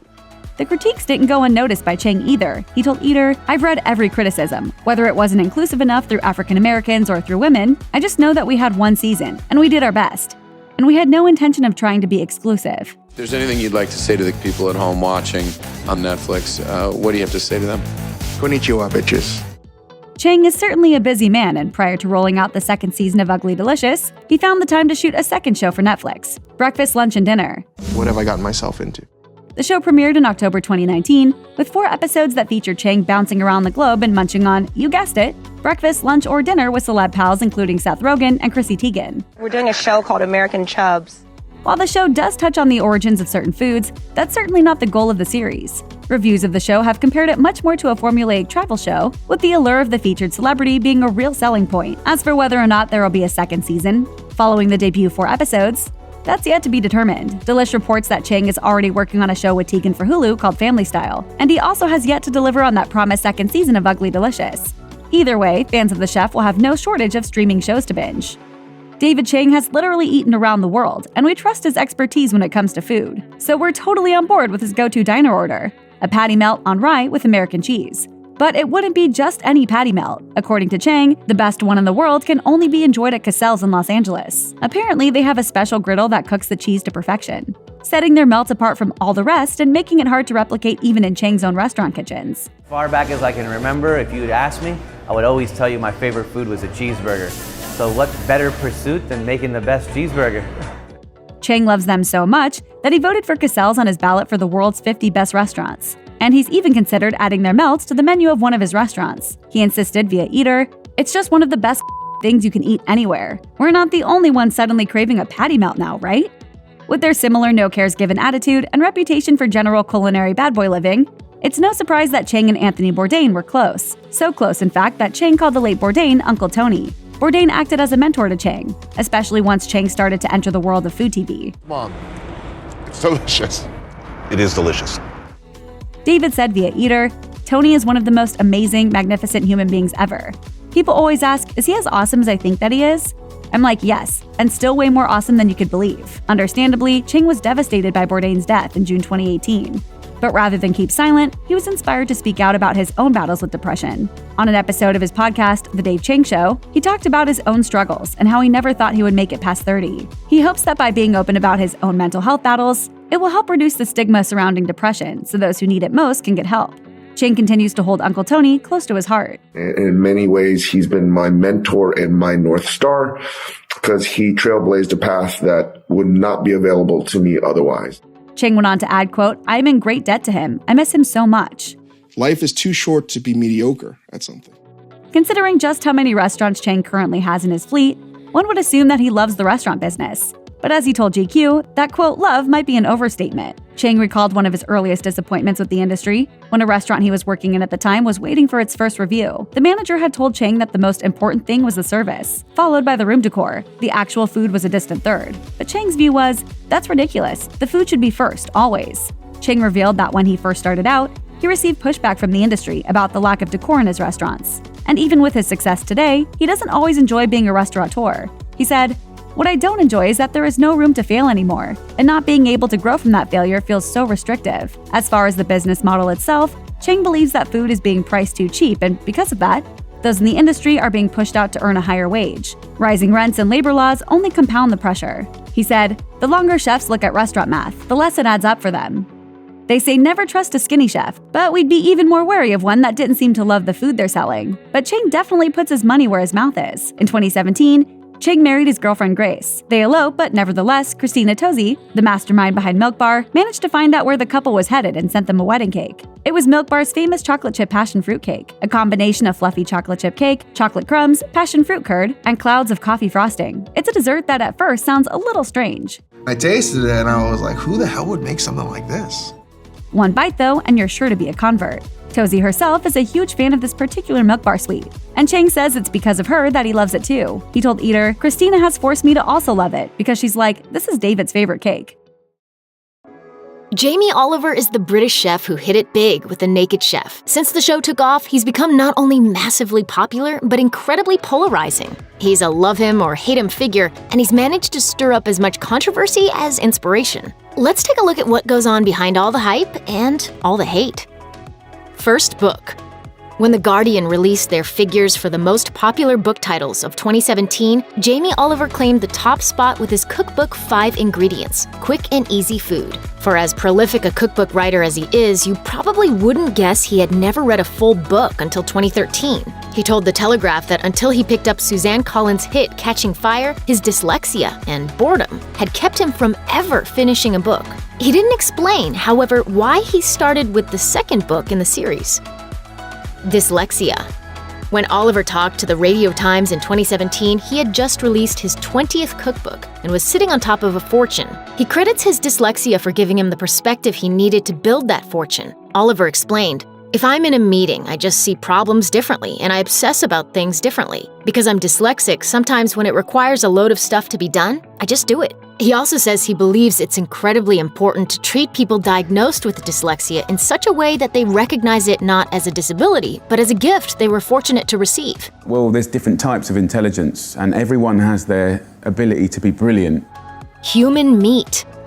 You expect any chef to get some odd requests once in a while, and celebrity chefs get them on a massive scale. According to The Times, Oliver once had to turn down a television producer who pitched the idea of a show where he cooked human flesh. He claimed it was just a bit too much for him before adding that he already knew what human flesh tastes like. His review? Pork. It tastes exactly like pork. Inquiring minds think he has a little more explaining to do on this one.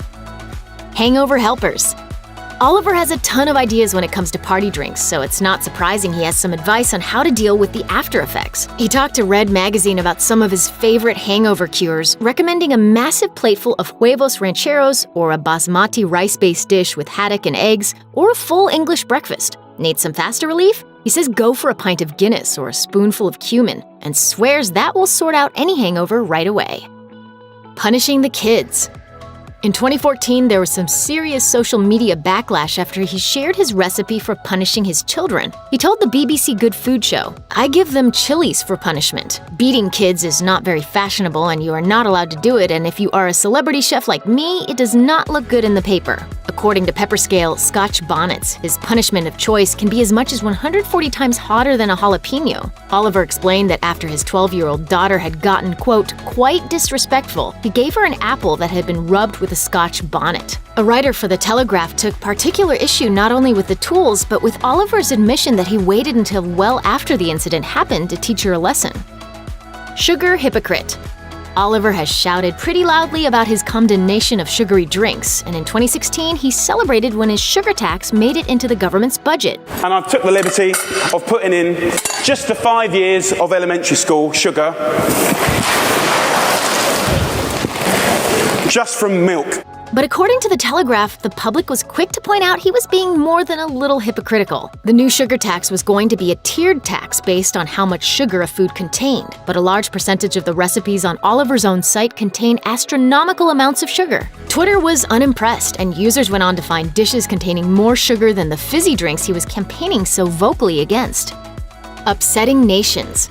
Not all of Oliver's recipes have been home runs. In 2014, he shared his recipe for a traditional West African rice dish. No one in West Africa was impressed, and according to BBC, droves of people took to social media to condemn the non-traditional recipe. Oliver defended the dish, saying it was labeled as his twist on the dish, not the real thing. He was back at it in 2016 when he managed to offend all of Spain with his twist on paella. This time, his biggest offense was including chorizo, which is in no way traditional, and people were pretty mad. One commenter called Oliver a terrorist, and another suggested, "Why don't you make some chicken nuggets out of your own fingers?" It's been an absolute mess. Michael Symon is the quintessential celebrity chef, a culinary genius from a food-loving family. He was raised on delicious cuisine, and it's fair to say it's paid off. If you're not already a fan, you will be after getting to know this down-to-earth celebrity chef. Symon's business is a family affair. I love a good husband and wife team when it comes to the restaurant business. My wife and I have been working together for almost 2 decades. According to USA Today, he and his wife Liz opened their first restaurant together in 1997. His father manages the books, and his mother and mother-in-law even used to answer the phones. Symon is proud that his business has a quote mom-and-pop feel to it, despite the $60 million it rakes in each year. We've always looked at it like the greatest blessing in the world. He might be a celebrity chef, but that doesn't mean that Symon's above what some may consider to be inferior ingredients. In an interview with Serious Eats, Symon revealed that he has a thing for Miracle Whip, saying, "My dad used it when I was a kid. I got older, I became a chef, and I thought, I can't use this stuff. It's bad. It's evil. But now I go to the grocery store and I get it. I put it in the cart, people start looking through my cart. I can't help it. I love Miracle Whip. You can't make it. You're allowed one guilty pleasure, and that's mine." Symon stays true to his roots with his cooking. He told She Knows that he admires the, quote, simplicity and pureness of Greek cuisine, adding, "Ever since I was a little boy, Greek yogurt has been a staple in my kitchen. In fact, my grandmother made Greek yogurt from scratch, and I've incorporated it into a ton of my recipes, including my wife's famous biscuit recipe. I actually eat Dan and Oiko's Greek yogurt every day because it reminds me of the yogurt I grew up with." Symon is also part Italian, and the food he ate growing up helped him solidify his reputation when he replicated it in his restaurants. He told Eater, quote, "That's what put me on the map." Molecular gastronomy is one of the hottest food trends today, but Symon is already over it. His idea of good cooking is all about simplicity, not overhandled food. Every once in a while, you really got to treat yourself to something that's been made with so much love, so much passion. He told Philadelphia Magazine, "The next big trend is going to be simplification, a continual movement back to basics. It's going to continue to move further away from foams and this and that, and all this wackadoodle stuff, and get back to great product cooked simply and put on a plate." So simple, but so satisfying. The Symon family knows good food. His mom passed down her knowledge of cooking and still provides guidance for her son. And he admits he still hasn't perfected one recipe in particular. My mother's baklava. He told Food Network, "She'll always tell me I'm doing something wrong. The baklava is a family recipe, and my mom is the only one who can make it right. I've been watching her make it since I was 4, but I always mess up and over-chef it." Symon's mother provided the inspiration for his restaurant, Angeline, which is named after her. The menu is based off of family recipes, and one of the restaurant's signature dishes is aptly titled Mom's Lasagna. Symon told Food and Wine, "Every Wednesday at my parents' house was lasagna night. You could smell the lasagna baking houses away, and Wednesday was the only night of the week I was more than happy to be early for dinner.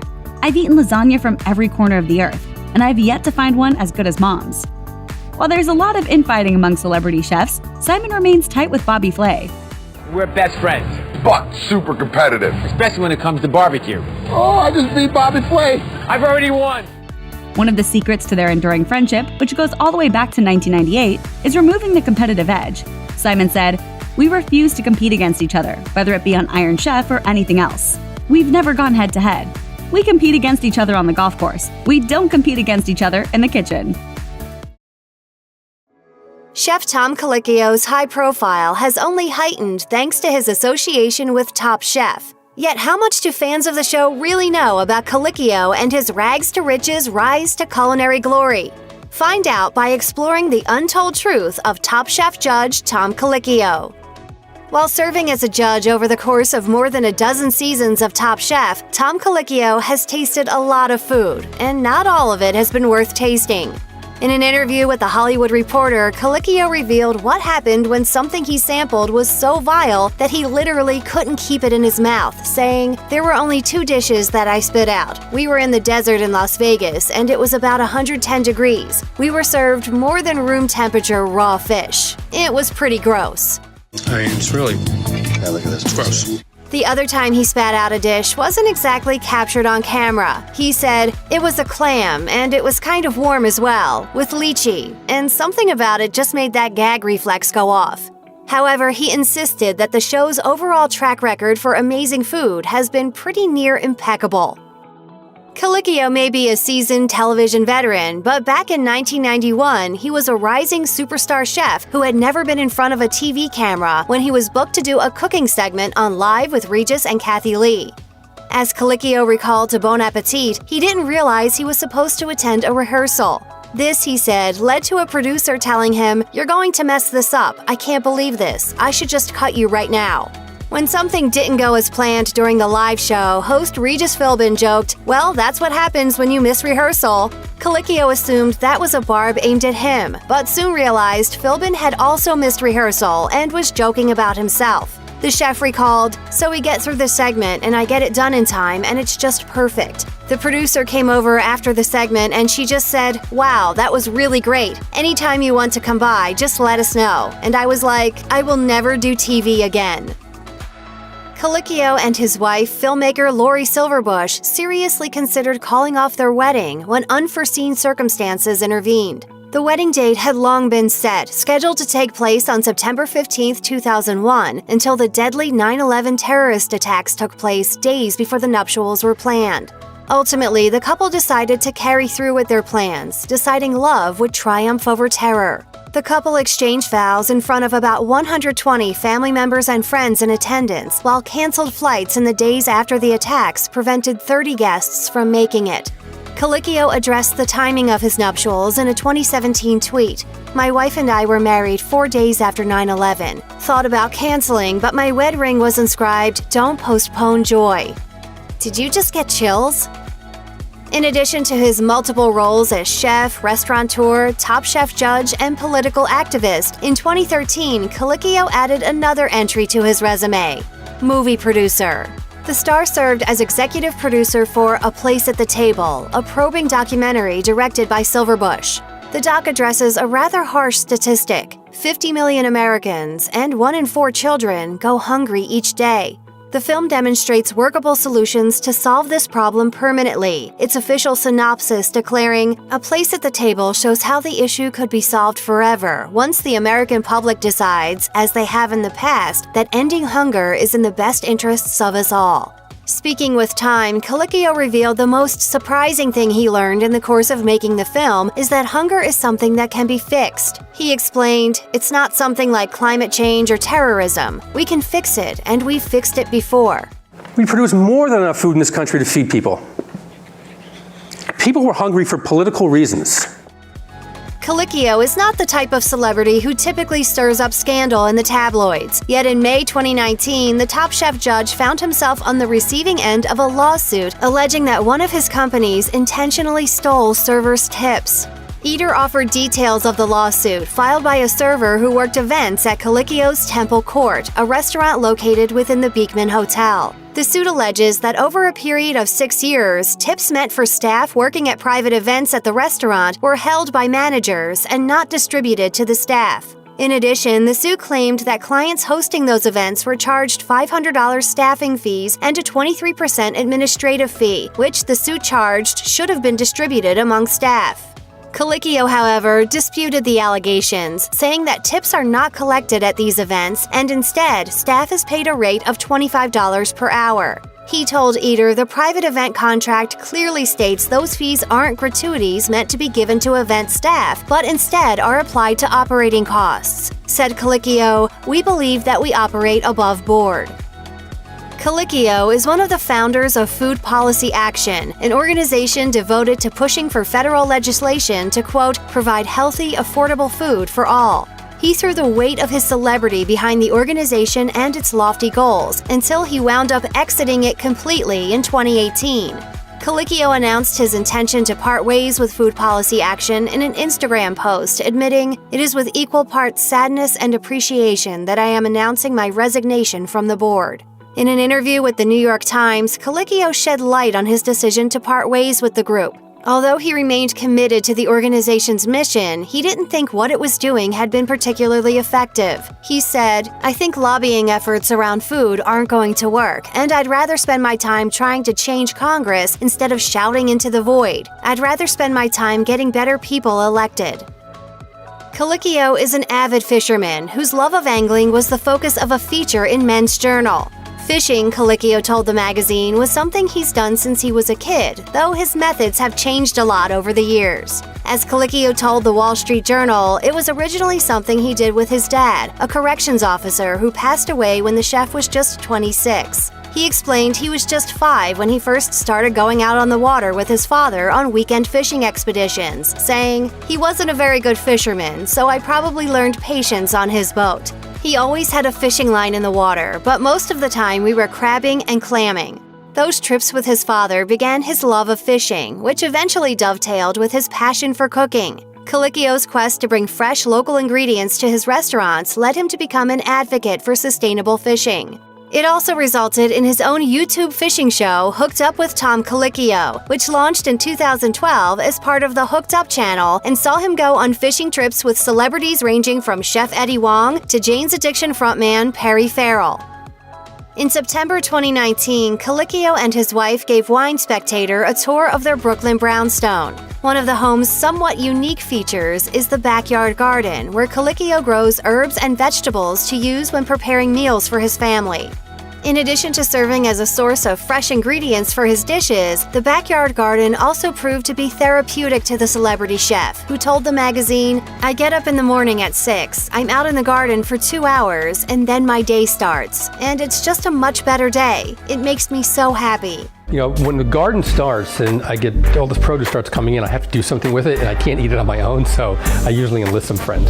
Gardening, Colicchio explained, provides him with a constantly blooming reminder that there's only so much about life that can actually be controlled, no matter how much we try to convince ourselves otherwise. He said of his herbs and vegetables, "I don't know exactly what they're going to grow into. You just have to let them grow."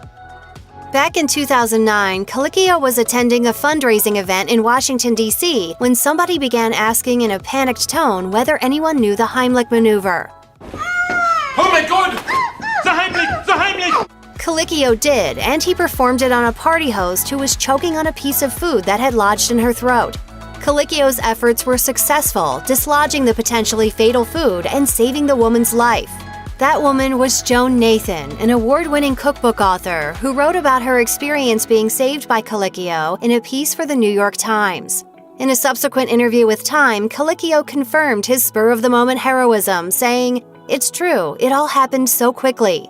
Colicchio had been in the midst of a conversation when he looked over and saw Nathan holding her throat and 2 people next to her patting her back. He walked over, asked if she could talk, and when she gestured that she couldn't, he performed the maneuver that saved her life. He explained, "I had some training. I was a lifeguard when I was 17 years old." One of the weirdest facts to emerge from the annals of Top Chef involves weight changes with 2 of the show's stars. As host Padma Lakshmi told People, part of her duties on the show involved tasting the contestants' dishes, which can be a lot of food. During the 2008 season, set in Chicago, she wound up gaining 17 pounds. She said, "They want to win. They don't care about my waistline, so there's duck sausage and taleggio and oozing burrata and ground meat, bacon, anything they can shove in there to make it decadent and juicy." In a subsequent interview with People, Colicchio revealed that when he works on the show, he tends to actually lose weight. He said of Lakshmi, "She eats more than I do on the set because she does the quick-fire challenges and the eliminations, and I only do the eliminations. I actually tend to lose weight, believe it or not." Speaking with Eater Denver, Colicchio revealed some of the behind-the-scenes Top Chef facts of which viewers may not be aware. One of these is that judges, by design, are forbidden from having any contact with the contestants until it's time for the judging. He explained, "They are not allowed to even say hello to us if we are off camera, and there is someone with them at all times to make sure that that happens."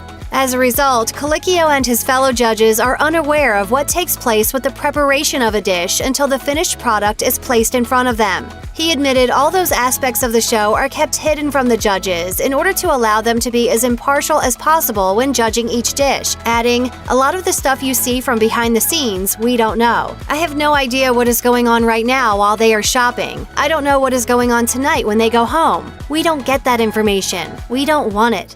I tell you, I don't know what's going on with the found, but I'm about to get lost. Colicchio's knowledge of cooking is unparalleled. Given his vast experience, he shared what he believes to be the most common mistakes that he sees people making in the kitchen. Sloppy. Amateurs. Cooking well, he explained in a video for Business Insider, is like anything else. The more you work at it, the better you tend to become. He said, "It's much like learning to play a musical instrument. You have to understand basics, you have to understand theory, and then from there you can improvise." The most common thing he sees people doing wrong is how they slice and dice. He recommends that anyone trying to improve their abilities in the kitchen should, quote, "work on your knife skills," adding, "Getting comfortable with a knife is really important, not just for speed, but for precision as well. So I think that's probably the most important thing." Another big mistake he points to is sticking too closely to a recipe, which he sees as more of a guideline. According to Colicchio, it's just a starting off point and you can go from there. But I think if you really want to become a better cook, you have to cook. Longtime Food Network personality Bobby Flay has starred in dozens of shows on the network from the mid-1990s to the present day. But there are some things even his longtime fans may not know about this multi-talented celebrity chef. Here's the truth about Bobby Flay. Becoming a chef wasn't so much something that Flay aspired to, but sort of fell into. Speaking with the Wall Street Journal, Flay admitted that as a kid he had, quote, no interest in doing any schoolwork whatsoever. When he ultimately dropped out of high school at 17, his father strongly suggested he find gainful employment. According to Money Inc., his early gigs included working at a pizza place and scooping ice cream at Baskin-Robbins before he landed a temporary job as a busboy at a New York City eatery where his dad was a part owner. Flay was only meant to fill in for the regular busboy who was away for 2 weeks, but upon his return, the restaurant chef asked Flay if he wanted to try working in the kitchen. He told the Wall Street Journal, "I said, sure. It was because I had nothing else to do that day." Flay admitted things could very easily have turned out differently had his social life been more active that day. He joked, "If I had plans with friends, I probably would have said no. I wasn't desperate to work in the kitchen." Flay was raised in a cat-loving household. He told CBS Sunday Morning that growing up as an only child, the family cats were, quote, as close to his brothers as he had. When he moved out of his parents' house at age 19, Flay went through what he calls a 30-year drought without a cat living with him. Then he welcomed an adorable Maine Coon named Nacho into his home. At just 2 years old, Nacho is approaching close to 20 pounds, and my guess is he'll probably eclipse that. According to Flay, Nacho exhibits many canine traits like playing fetch and following him around his home from room to room.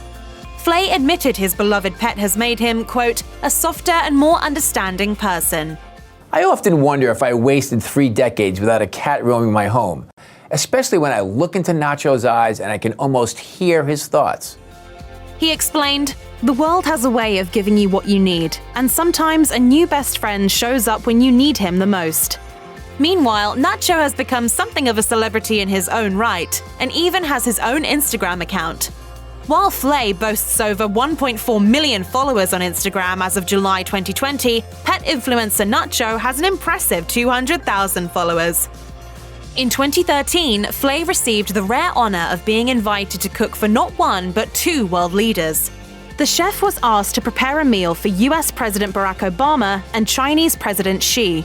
Speaking about the experience with Politico, Flay admitted he was honored to be part of the historic moment, adding, "I was just pinching myself that I was there."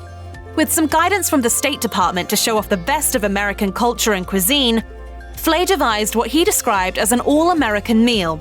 The dignitaries in attendance were served new Mexican lobster tamales with green chili, along with porterhouse steaks accompanied by potatoes with blue cheese. Dessert, he added, consisted of individual cherry pies with a bourbon, vanilla, and fresh mint ice cream.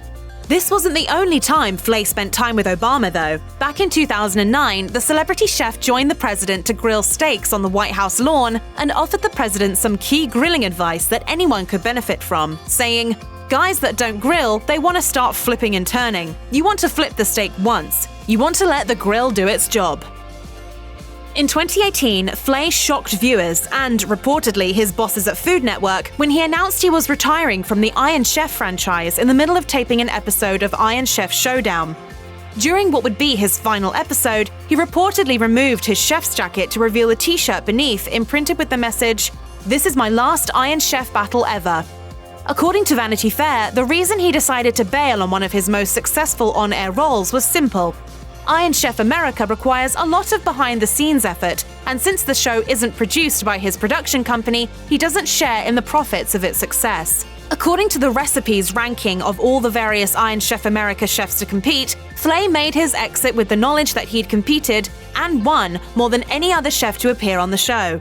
Flay took part in 61 Iron Chef matches, winning 43 times. Flay also crossed the ocean to appear on the original Iron Chef series in Japan, first appearing in 2001. And the winner is Iron Chef Flay. Flay made Tinseltown history in 2015 when he got his star on the Hollywood Walk of Fame, marking the first time that a chef has ever received the honor. According to People magazine, Flay's family was in attendance. Fellow chef Michael Symon and then Food Network president Brooke Johnson were also there to support him. In his speech, Flay joked, "I just want to make sure that everybody understands, because I know there's been a little confusion. I am not getting this star for my cameos in Entourage. I know there's a little debate about that, but honestly, to be the first chef to get a star is really, truly an amazing milestone.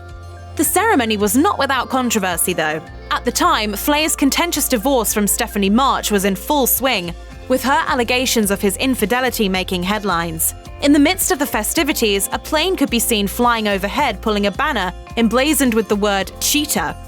Flay reportedly didn't see it. As a high school dropout with no ambitions of becoming a chef until he inadvertently wound up working in a restaurant kitchen, Flay is a true American success story.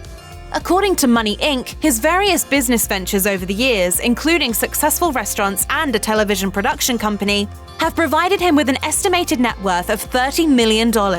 Since opening his first restaurant, New York City's Mesa Grill, in 2004, Flay has built a culinary empire that includes more than 20 eateries, mostly in the United States but also in the Bahamas. As Delish noted, these restaurants range from his nationwide Bobby's Burger Palace chain to his upscale NYC eatery, Gato. Other sources of revenue include public speaking fees and royalties from numerous cookbooks, including titles like Flay's Burgers, Fries and Shakes, and Bobby at Home. Then there's his lucrative television empire, much of which comes through his Rock Shrimp Productions company. Not only does Rock Shrimp produce several Flay-starring shows, but is also responsible for series like Kelsey's Essentials, Boss Nails, and the horse racing series All In, The Road to the Classic. When Flay goes out to enjoy a meal at a restaurant that isn't one of his own, there's one thing he has promised to never do. In an interview with Pop Sugar, he admitted, "I won't send food back to the chef. Never." On the flip side, he explained that he has no problem whatsoever if diners at one of his eateries send back a dish if it's not to their satisfaction. He explained, "It happens in all my restaurants for one reason or the other. I want my customers to be happy, and I will try to the end of the world to make them happy. That's it." He also divulged that when he goes out to eat, there's one thing in particular he tends to order, and revealed the unusual reason why, saying, "I don't easily have crushed ice at home, so if I can get oysters or anything else served on ice, that's what I go for." As for the one thing he'll never order, he singled out cod, saying, "It just doesn't taste like anything, so I don't bother." Back in 2009, Delish asked Flay what celebrity he'd like to enjoy a meal with, and he offered an instant response, admitting, hands down, Muhammad Ali. Noting that the athlete was born and raised in Louisville, Kentucky, Flay explained that he would create a Southern-themed menu that would focus on ingredients from that region. With that in mind, he said he would serve bourbon-glazed pork chops, cheesy grits, buttermilk biscuits, and whatever else the champ wanted. Flay revealed in a 2005 interview with Rachel Ray Everyday that Ali was also on the guest list of Flay's Dream Dinner Party. In addition to Ali, other dream guests, dead or alive, would include former US President Bill Clinton, iconic Hollywood star Marilyn Monroe, U2 frontman Bono, and New Jersey rocker Bruce Springsteen. Flay told Ray, "That would be a fun conversation because we'd cover so many topics. Of course, I'd want you to come too." Flay is known for his juicy, sumptuous burgers, which have been enjoyed by many customers of his Bobby's Burger Palace restaurant chain. Yet when asked about the best burger he'd ever tasted, Flay admitted that it didn't originate from one of his own kitchens. It was when he was in New Mexico filming the Food Network series Food Nation that he ordered a green chili cheeseburger from Santa Fe restaurant La Casa Cena. While promoting his Flay's Burgers, Fries and Shakes cookbook, Flay told Delish, "That burger really stuck with me, so much in fact that I revamped it for Mesa Grill's lunch menu." Flay further revealed that the flavor profile of that particular burger also inspired a burger on the menu at Bobby's Burger Palace, the Santa Fe Burger. He shared some tips he used to build his masterpiece with Food Network, mentioning that the burger included a mix of ground beef and ground turkey, along with an entire poblano chili. While it's obvious that food is the driving force in Flay's life, both personally and professionally, it's not his only passion. The Boy Meets Grill host is also a massive devotee of horse racing. A profile for Thoroughbred Daily News focused on Flay's involvement in the sport, noting that he had established himself as an owner and breeder of championship thoroughbreds, having put together, quote, "a boutique stable that includes some of the best bloodlines in the stud book." According to the profile, Flay first became interested in horse racing when a fellow restaurateur offered him the opportunity to invest in some yearlings. As his interest in horses grew, Flay evolved from passive investor to ultimately buying and breeding his own thoroughbreds, some of which have turned out to be champions. To say that he's developed a knack for it would be a massive understatement. In 2016, he purchased a 25% interest in a thoroughbred named Creator just 5 days before the horse won the 2016 Belmont Stakes. And, according to Associated Press, a horse he owned outright won the 2010 Breeders' Cup, with Flay taking home $500,000 of the $1 million purse. When it comes to grilling meat or competing in an Iron Chef competition, Flay is as formidable as they come. Baking, however, has never been his forte. As he admitted to Delish, he's out of his element when tasked with creating, quote, anything with butter, flour, sugar, and eggs. He calls himself the most impatient pastry chef ever. He recalled an episode of Food Network's Throwdown that saw him compete with a professional pastry chef to create a wedding cake. While he called his opponent's cake spectacular, he described his own finished product as, very country style. It was very uneven, but it tasted really good. In fact, Flay cited German chocolate cake as the one recipe that he's never managed to get right, saying, it's got a lot of my favorite flavors: chocolate, coconut, pecans, and I always have a hard time getting the layers right, like what they look like. You can always tell my cake is homemade. It's very rustic. It's lumpy because you're not, you got to stir it correctly. Okay, here we go. I'm sorry. He's blaming the recipe, of course. Wolfgang Puck has been called the world's most recognizable chef by Forbes and one of the first true celebrity chefs by Variety. His fame is so widespread that he has become practically a legend in food circles, so it's time to separate the man from the myth. Wolfgang Puck grew up in a small town in Austria where his education in food began early. His mother was a cook, but the family had little extra money, so they ate simple, homegrown food. As he told Life and Time in 2017, when my mother cooked at home, we didn't have a lot of money, so we had meat once a week and ate a lot of noodles. The family had chickens, which meant they had plenty of eggs. They picked wild berries in the local forest and also owned a small pig to which they fed leftovers. As he put it, it was a real farm-to-table lifestyle. In an interview with Luxury London in 2018, Puck recalled, my first real food memory is my mother's hot chocolate. It was quite an ordeal. Milking the cow, skimming the milk, tempering the chocolate, it could take hours, but it was worth it. It's clear that much of what Puck ate as a child was made from scratch, making the most out of limited ingredients. It's no wonder he developed such a unique understanding of food as an adult. Most celebrity chefs have some help getting to the top. Very few well-known chefs come from nowhere. Wolfgang Puck is the exception. Puck's career began when he was 14. Though his stepfather discouraged his culinary ambitions, he left home and began as an apprentice at a nearby hotel. As he told Forbes, the role he adopted in the kitchen chiefly involved the grunt work. By a stroke of bad luck, one day Puck was fired. However, the indomitable Puck returned to work the next day, as though nothing had happened. When people realized what he was doing, the hotel manager was impressed enough by Puck to send him to a new job at a sister hotel. At the end of his apprenticeship, he left for France, where he worked at the famous Maxim's restaurant, where he continued to work his way up through the ranks of the kitchen. By the time he was 25, he had moved to California. After transforming the restaurant Matheson from a little-known eatery into a hotspot, Puck started his own restaurant, Spago. Soon, Spago was welcoming Hollywood's biggest stars, and the rest is history. When Wolfgang Puck opened Spago, his first restaurant, it wasn't just the food that made it a hit. It was the innovation. One of his most daring moves was to use an open kitchen plan, something which had reportedly never been attempted in the United States. As Puck told Food and Wine in 2018, maybe it existed in some obscure part of the world, I don't know, but not in a white tablecloth restaurant where the King of Sweden and the President of the United States eat. The kitchen was designed by his former wife and business partner, Barbara Lazaroff. As she explained in the book Restaurants That Work, the design was intended to create a very homey, friendly, welcoming atmosphere. She wrote, entering Spago, customers are drawn to the lush, exotic floral displays, the bustle of activity and divine aromas emanating from the open kitchen, and the sounds of laughter and lively conversation in the dining room, the animate rhythm of the restaurant. So here, the customer could see what is going on. Put them on the fire, we need for 20 people. The open kitchen design was a hit, setting an industry-wide trend that continues to this day.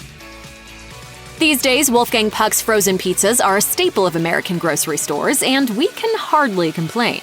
It turns out these popular pizzas may never have come to be if it weren't for one customer. As Puck told The Guardian, it all started at his Las Vegas branch of Spago in the 90s. He said, Johnny Carson would take home 10 or 12 of my pizzas at a time. I asked him why. He told me he put them in the freezer and then he can get his chef to cook them. When I knew this, I started half-cooking them for him. Soon enough, Puck realized he could sell these frozen pizzas in supermarkets around the world. According to Puck, his frozen pizzas are the best on the market, and maybe that's because they started as items on the menu of his famous restaurant.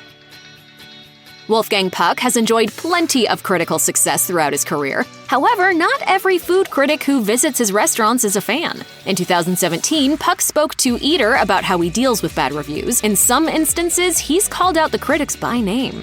In the interview, he singled out Eater's own Ryan Sutton, whose 2016 review of his New York City steakhouse cut awarded the restaurant only a single star out of 4. To that, Puck bluntly said, I know good food better than Ryan will ever learn to cook or to taste or anything. He's an amateur, so he doesn't really know. He also criticized a New York Times review of the same restaurant by Pete Wells, saying that he had placed too much emphasis on the restaurant's interior design in his review. According to Puck, a critic can say, it's not my preference, I don't like this art maybe, but to say the art is not good, if you're a food critic, write about the food.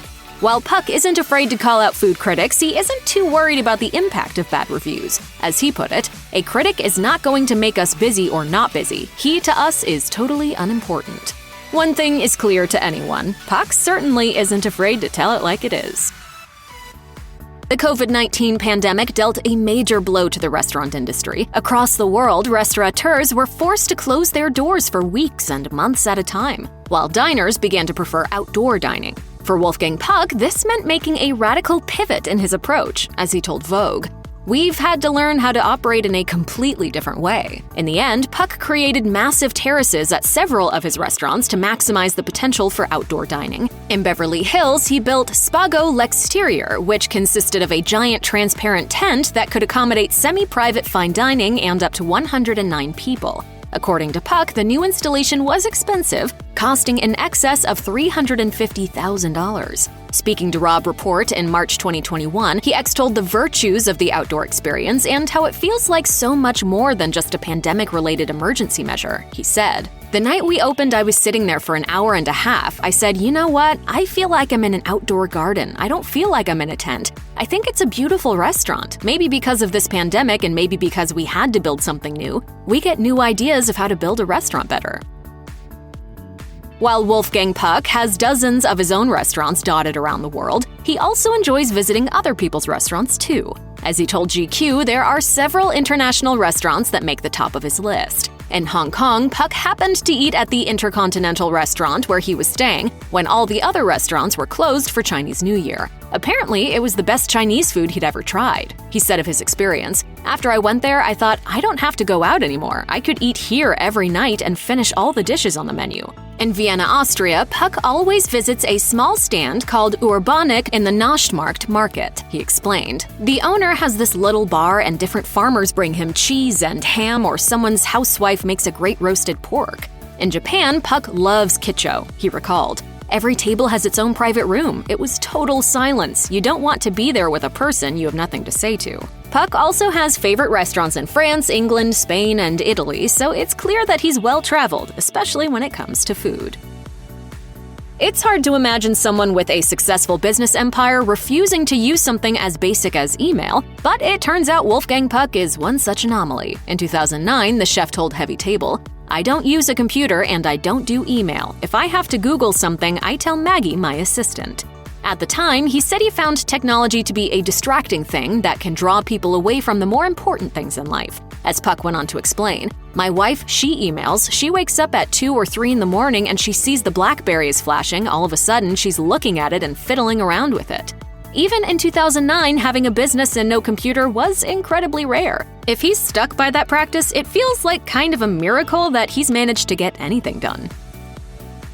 Wolfgang Puck became famous for his innovative food and restaurants, but what does a world-famous chef make for dinner for his own family at the end of a long day? He told Esquire in 2012 that for breakfast he often skips food, favoring a double espresso cappuccino. As for dinner, Puck said at the time of the interview that he usually cooks for his family. In general, he likes to use fresh vegetables from local farmers markets. He said, We steam them with a little olive oil and a little truffle salt on the top, and if it's beans, broccoli, or asparagus, we'll cook them.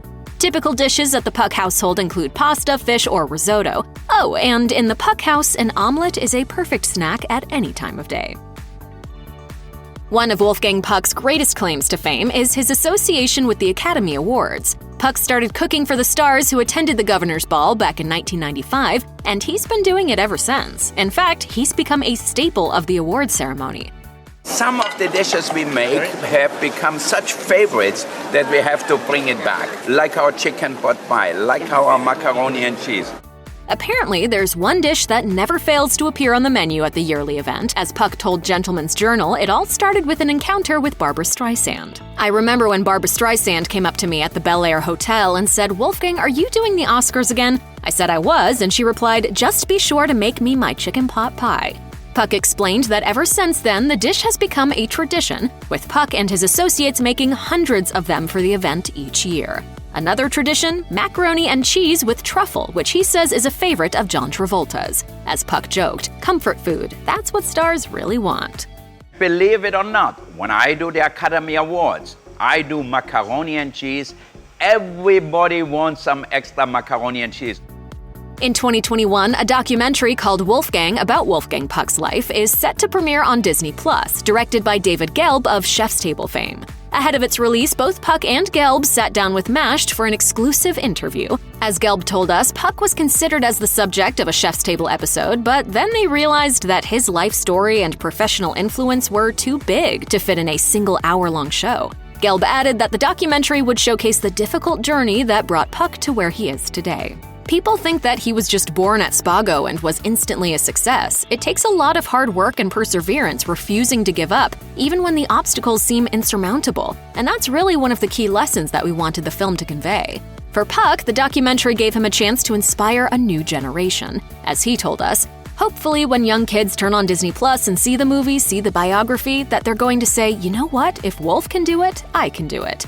Puck is undeniably inspirational, and it's safe to say this documentary will show this to the world.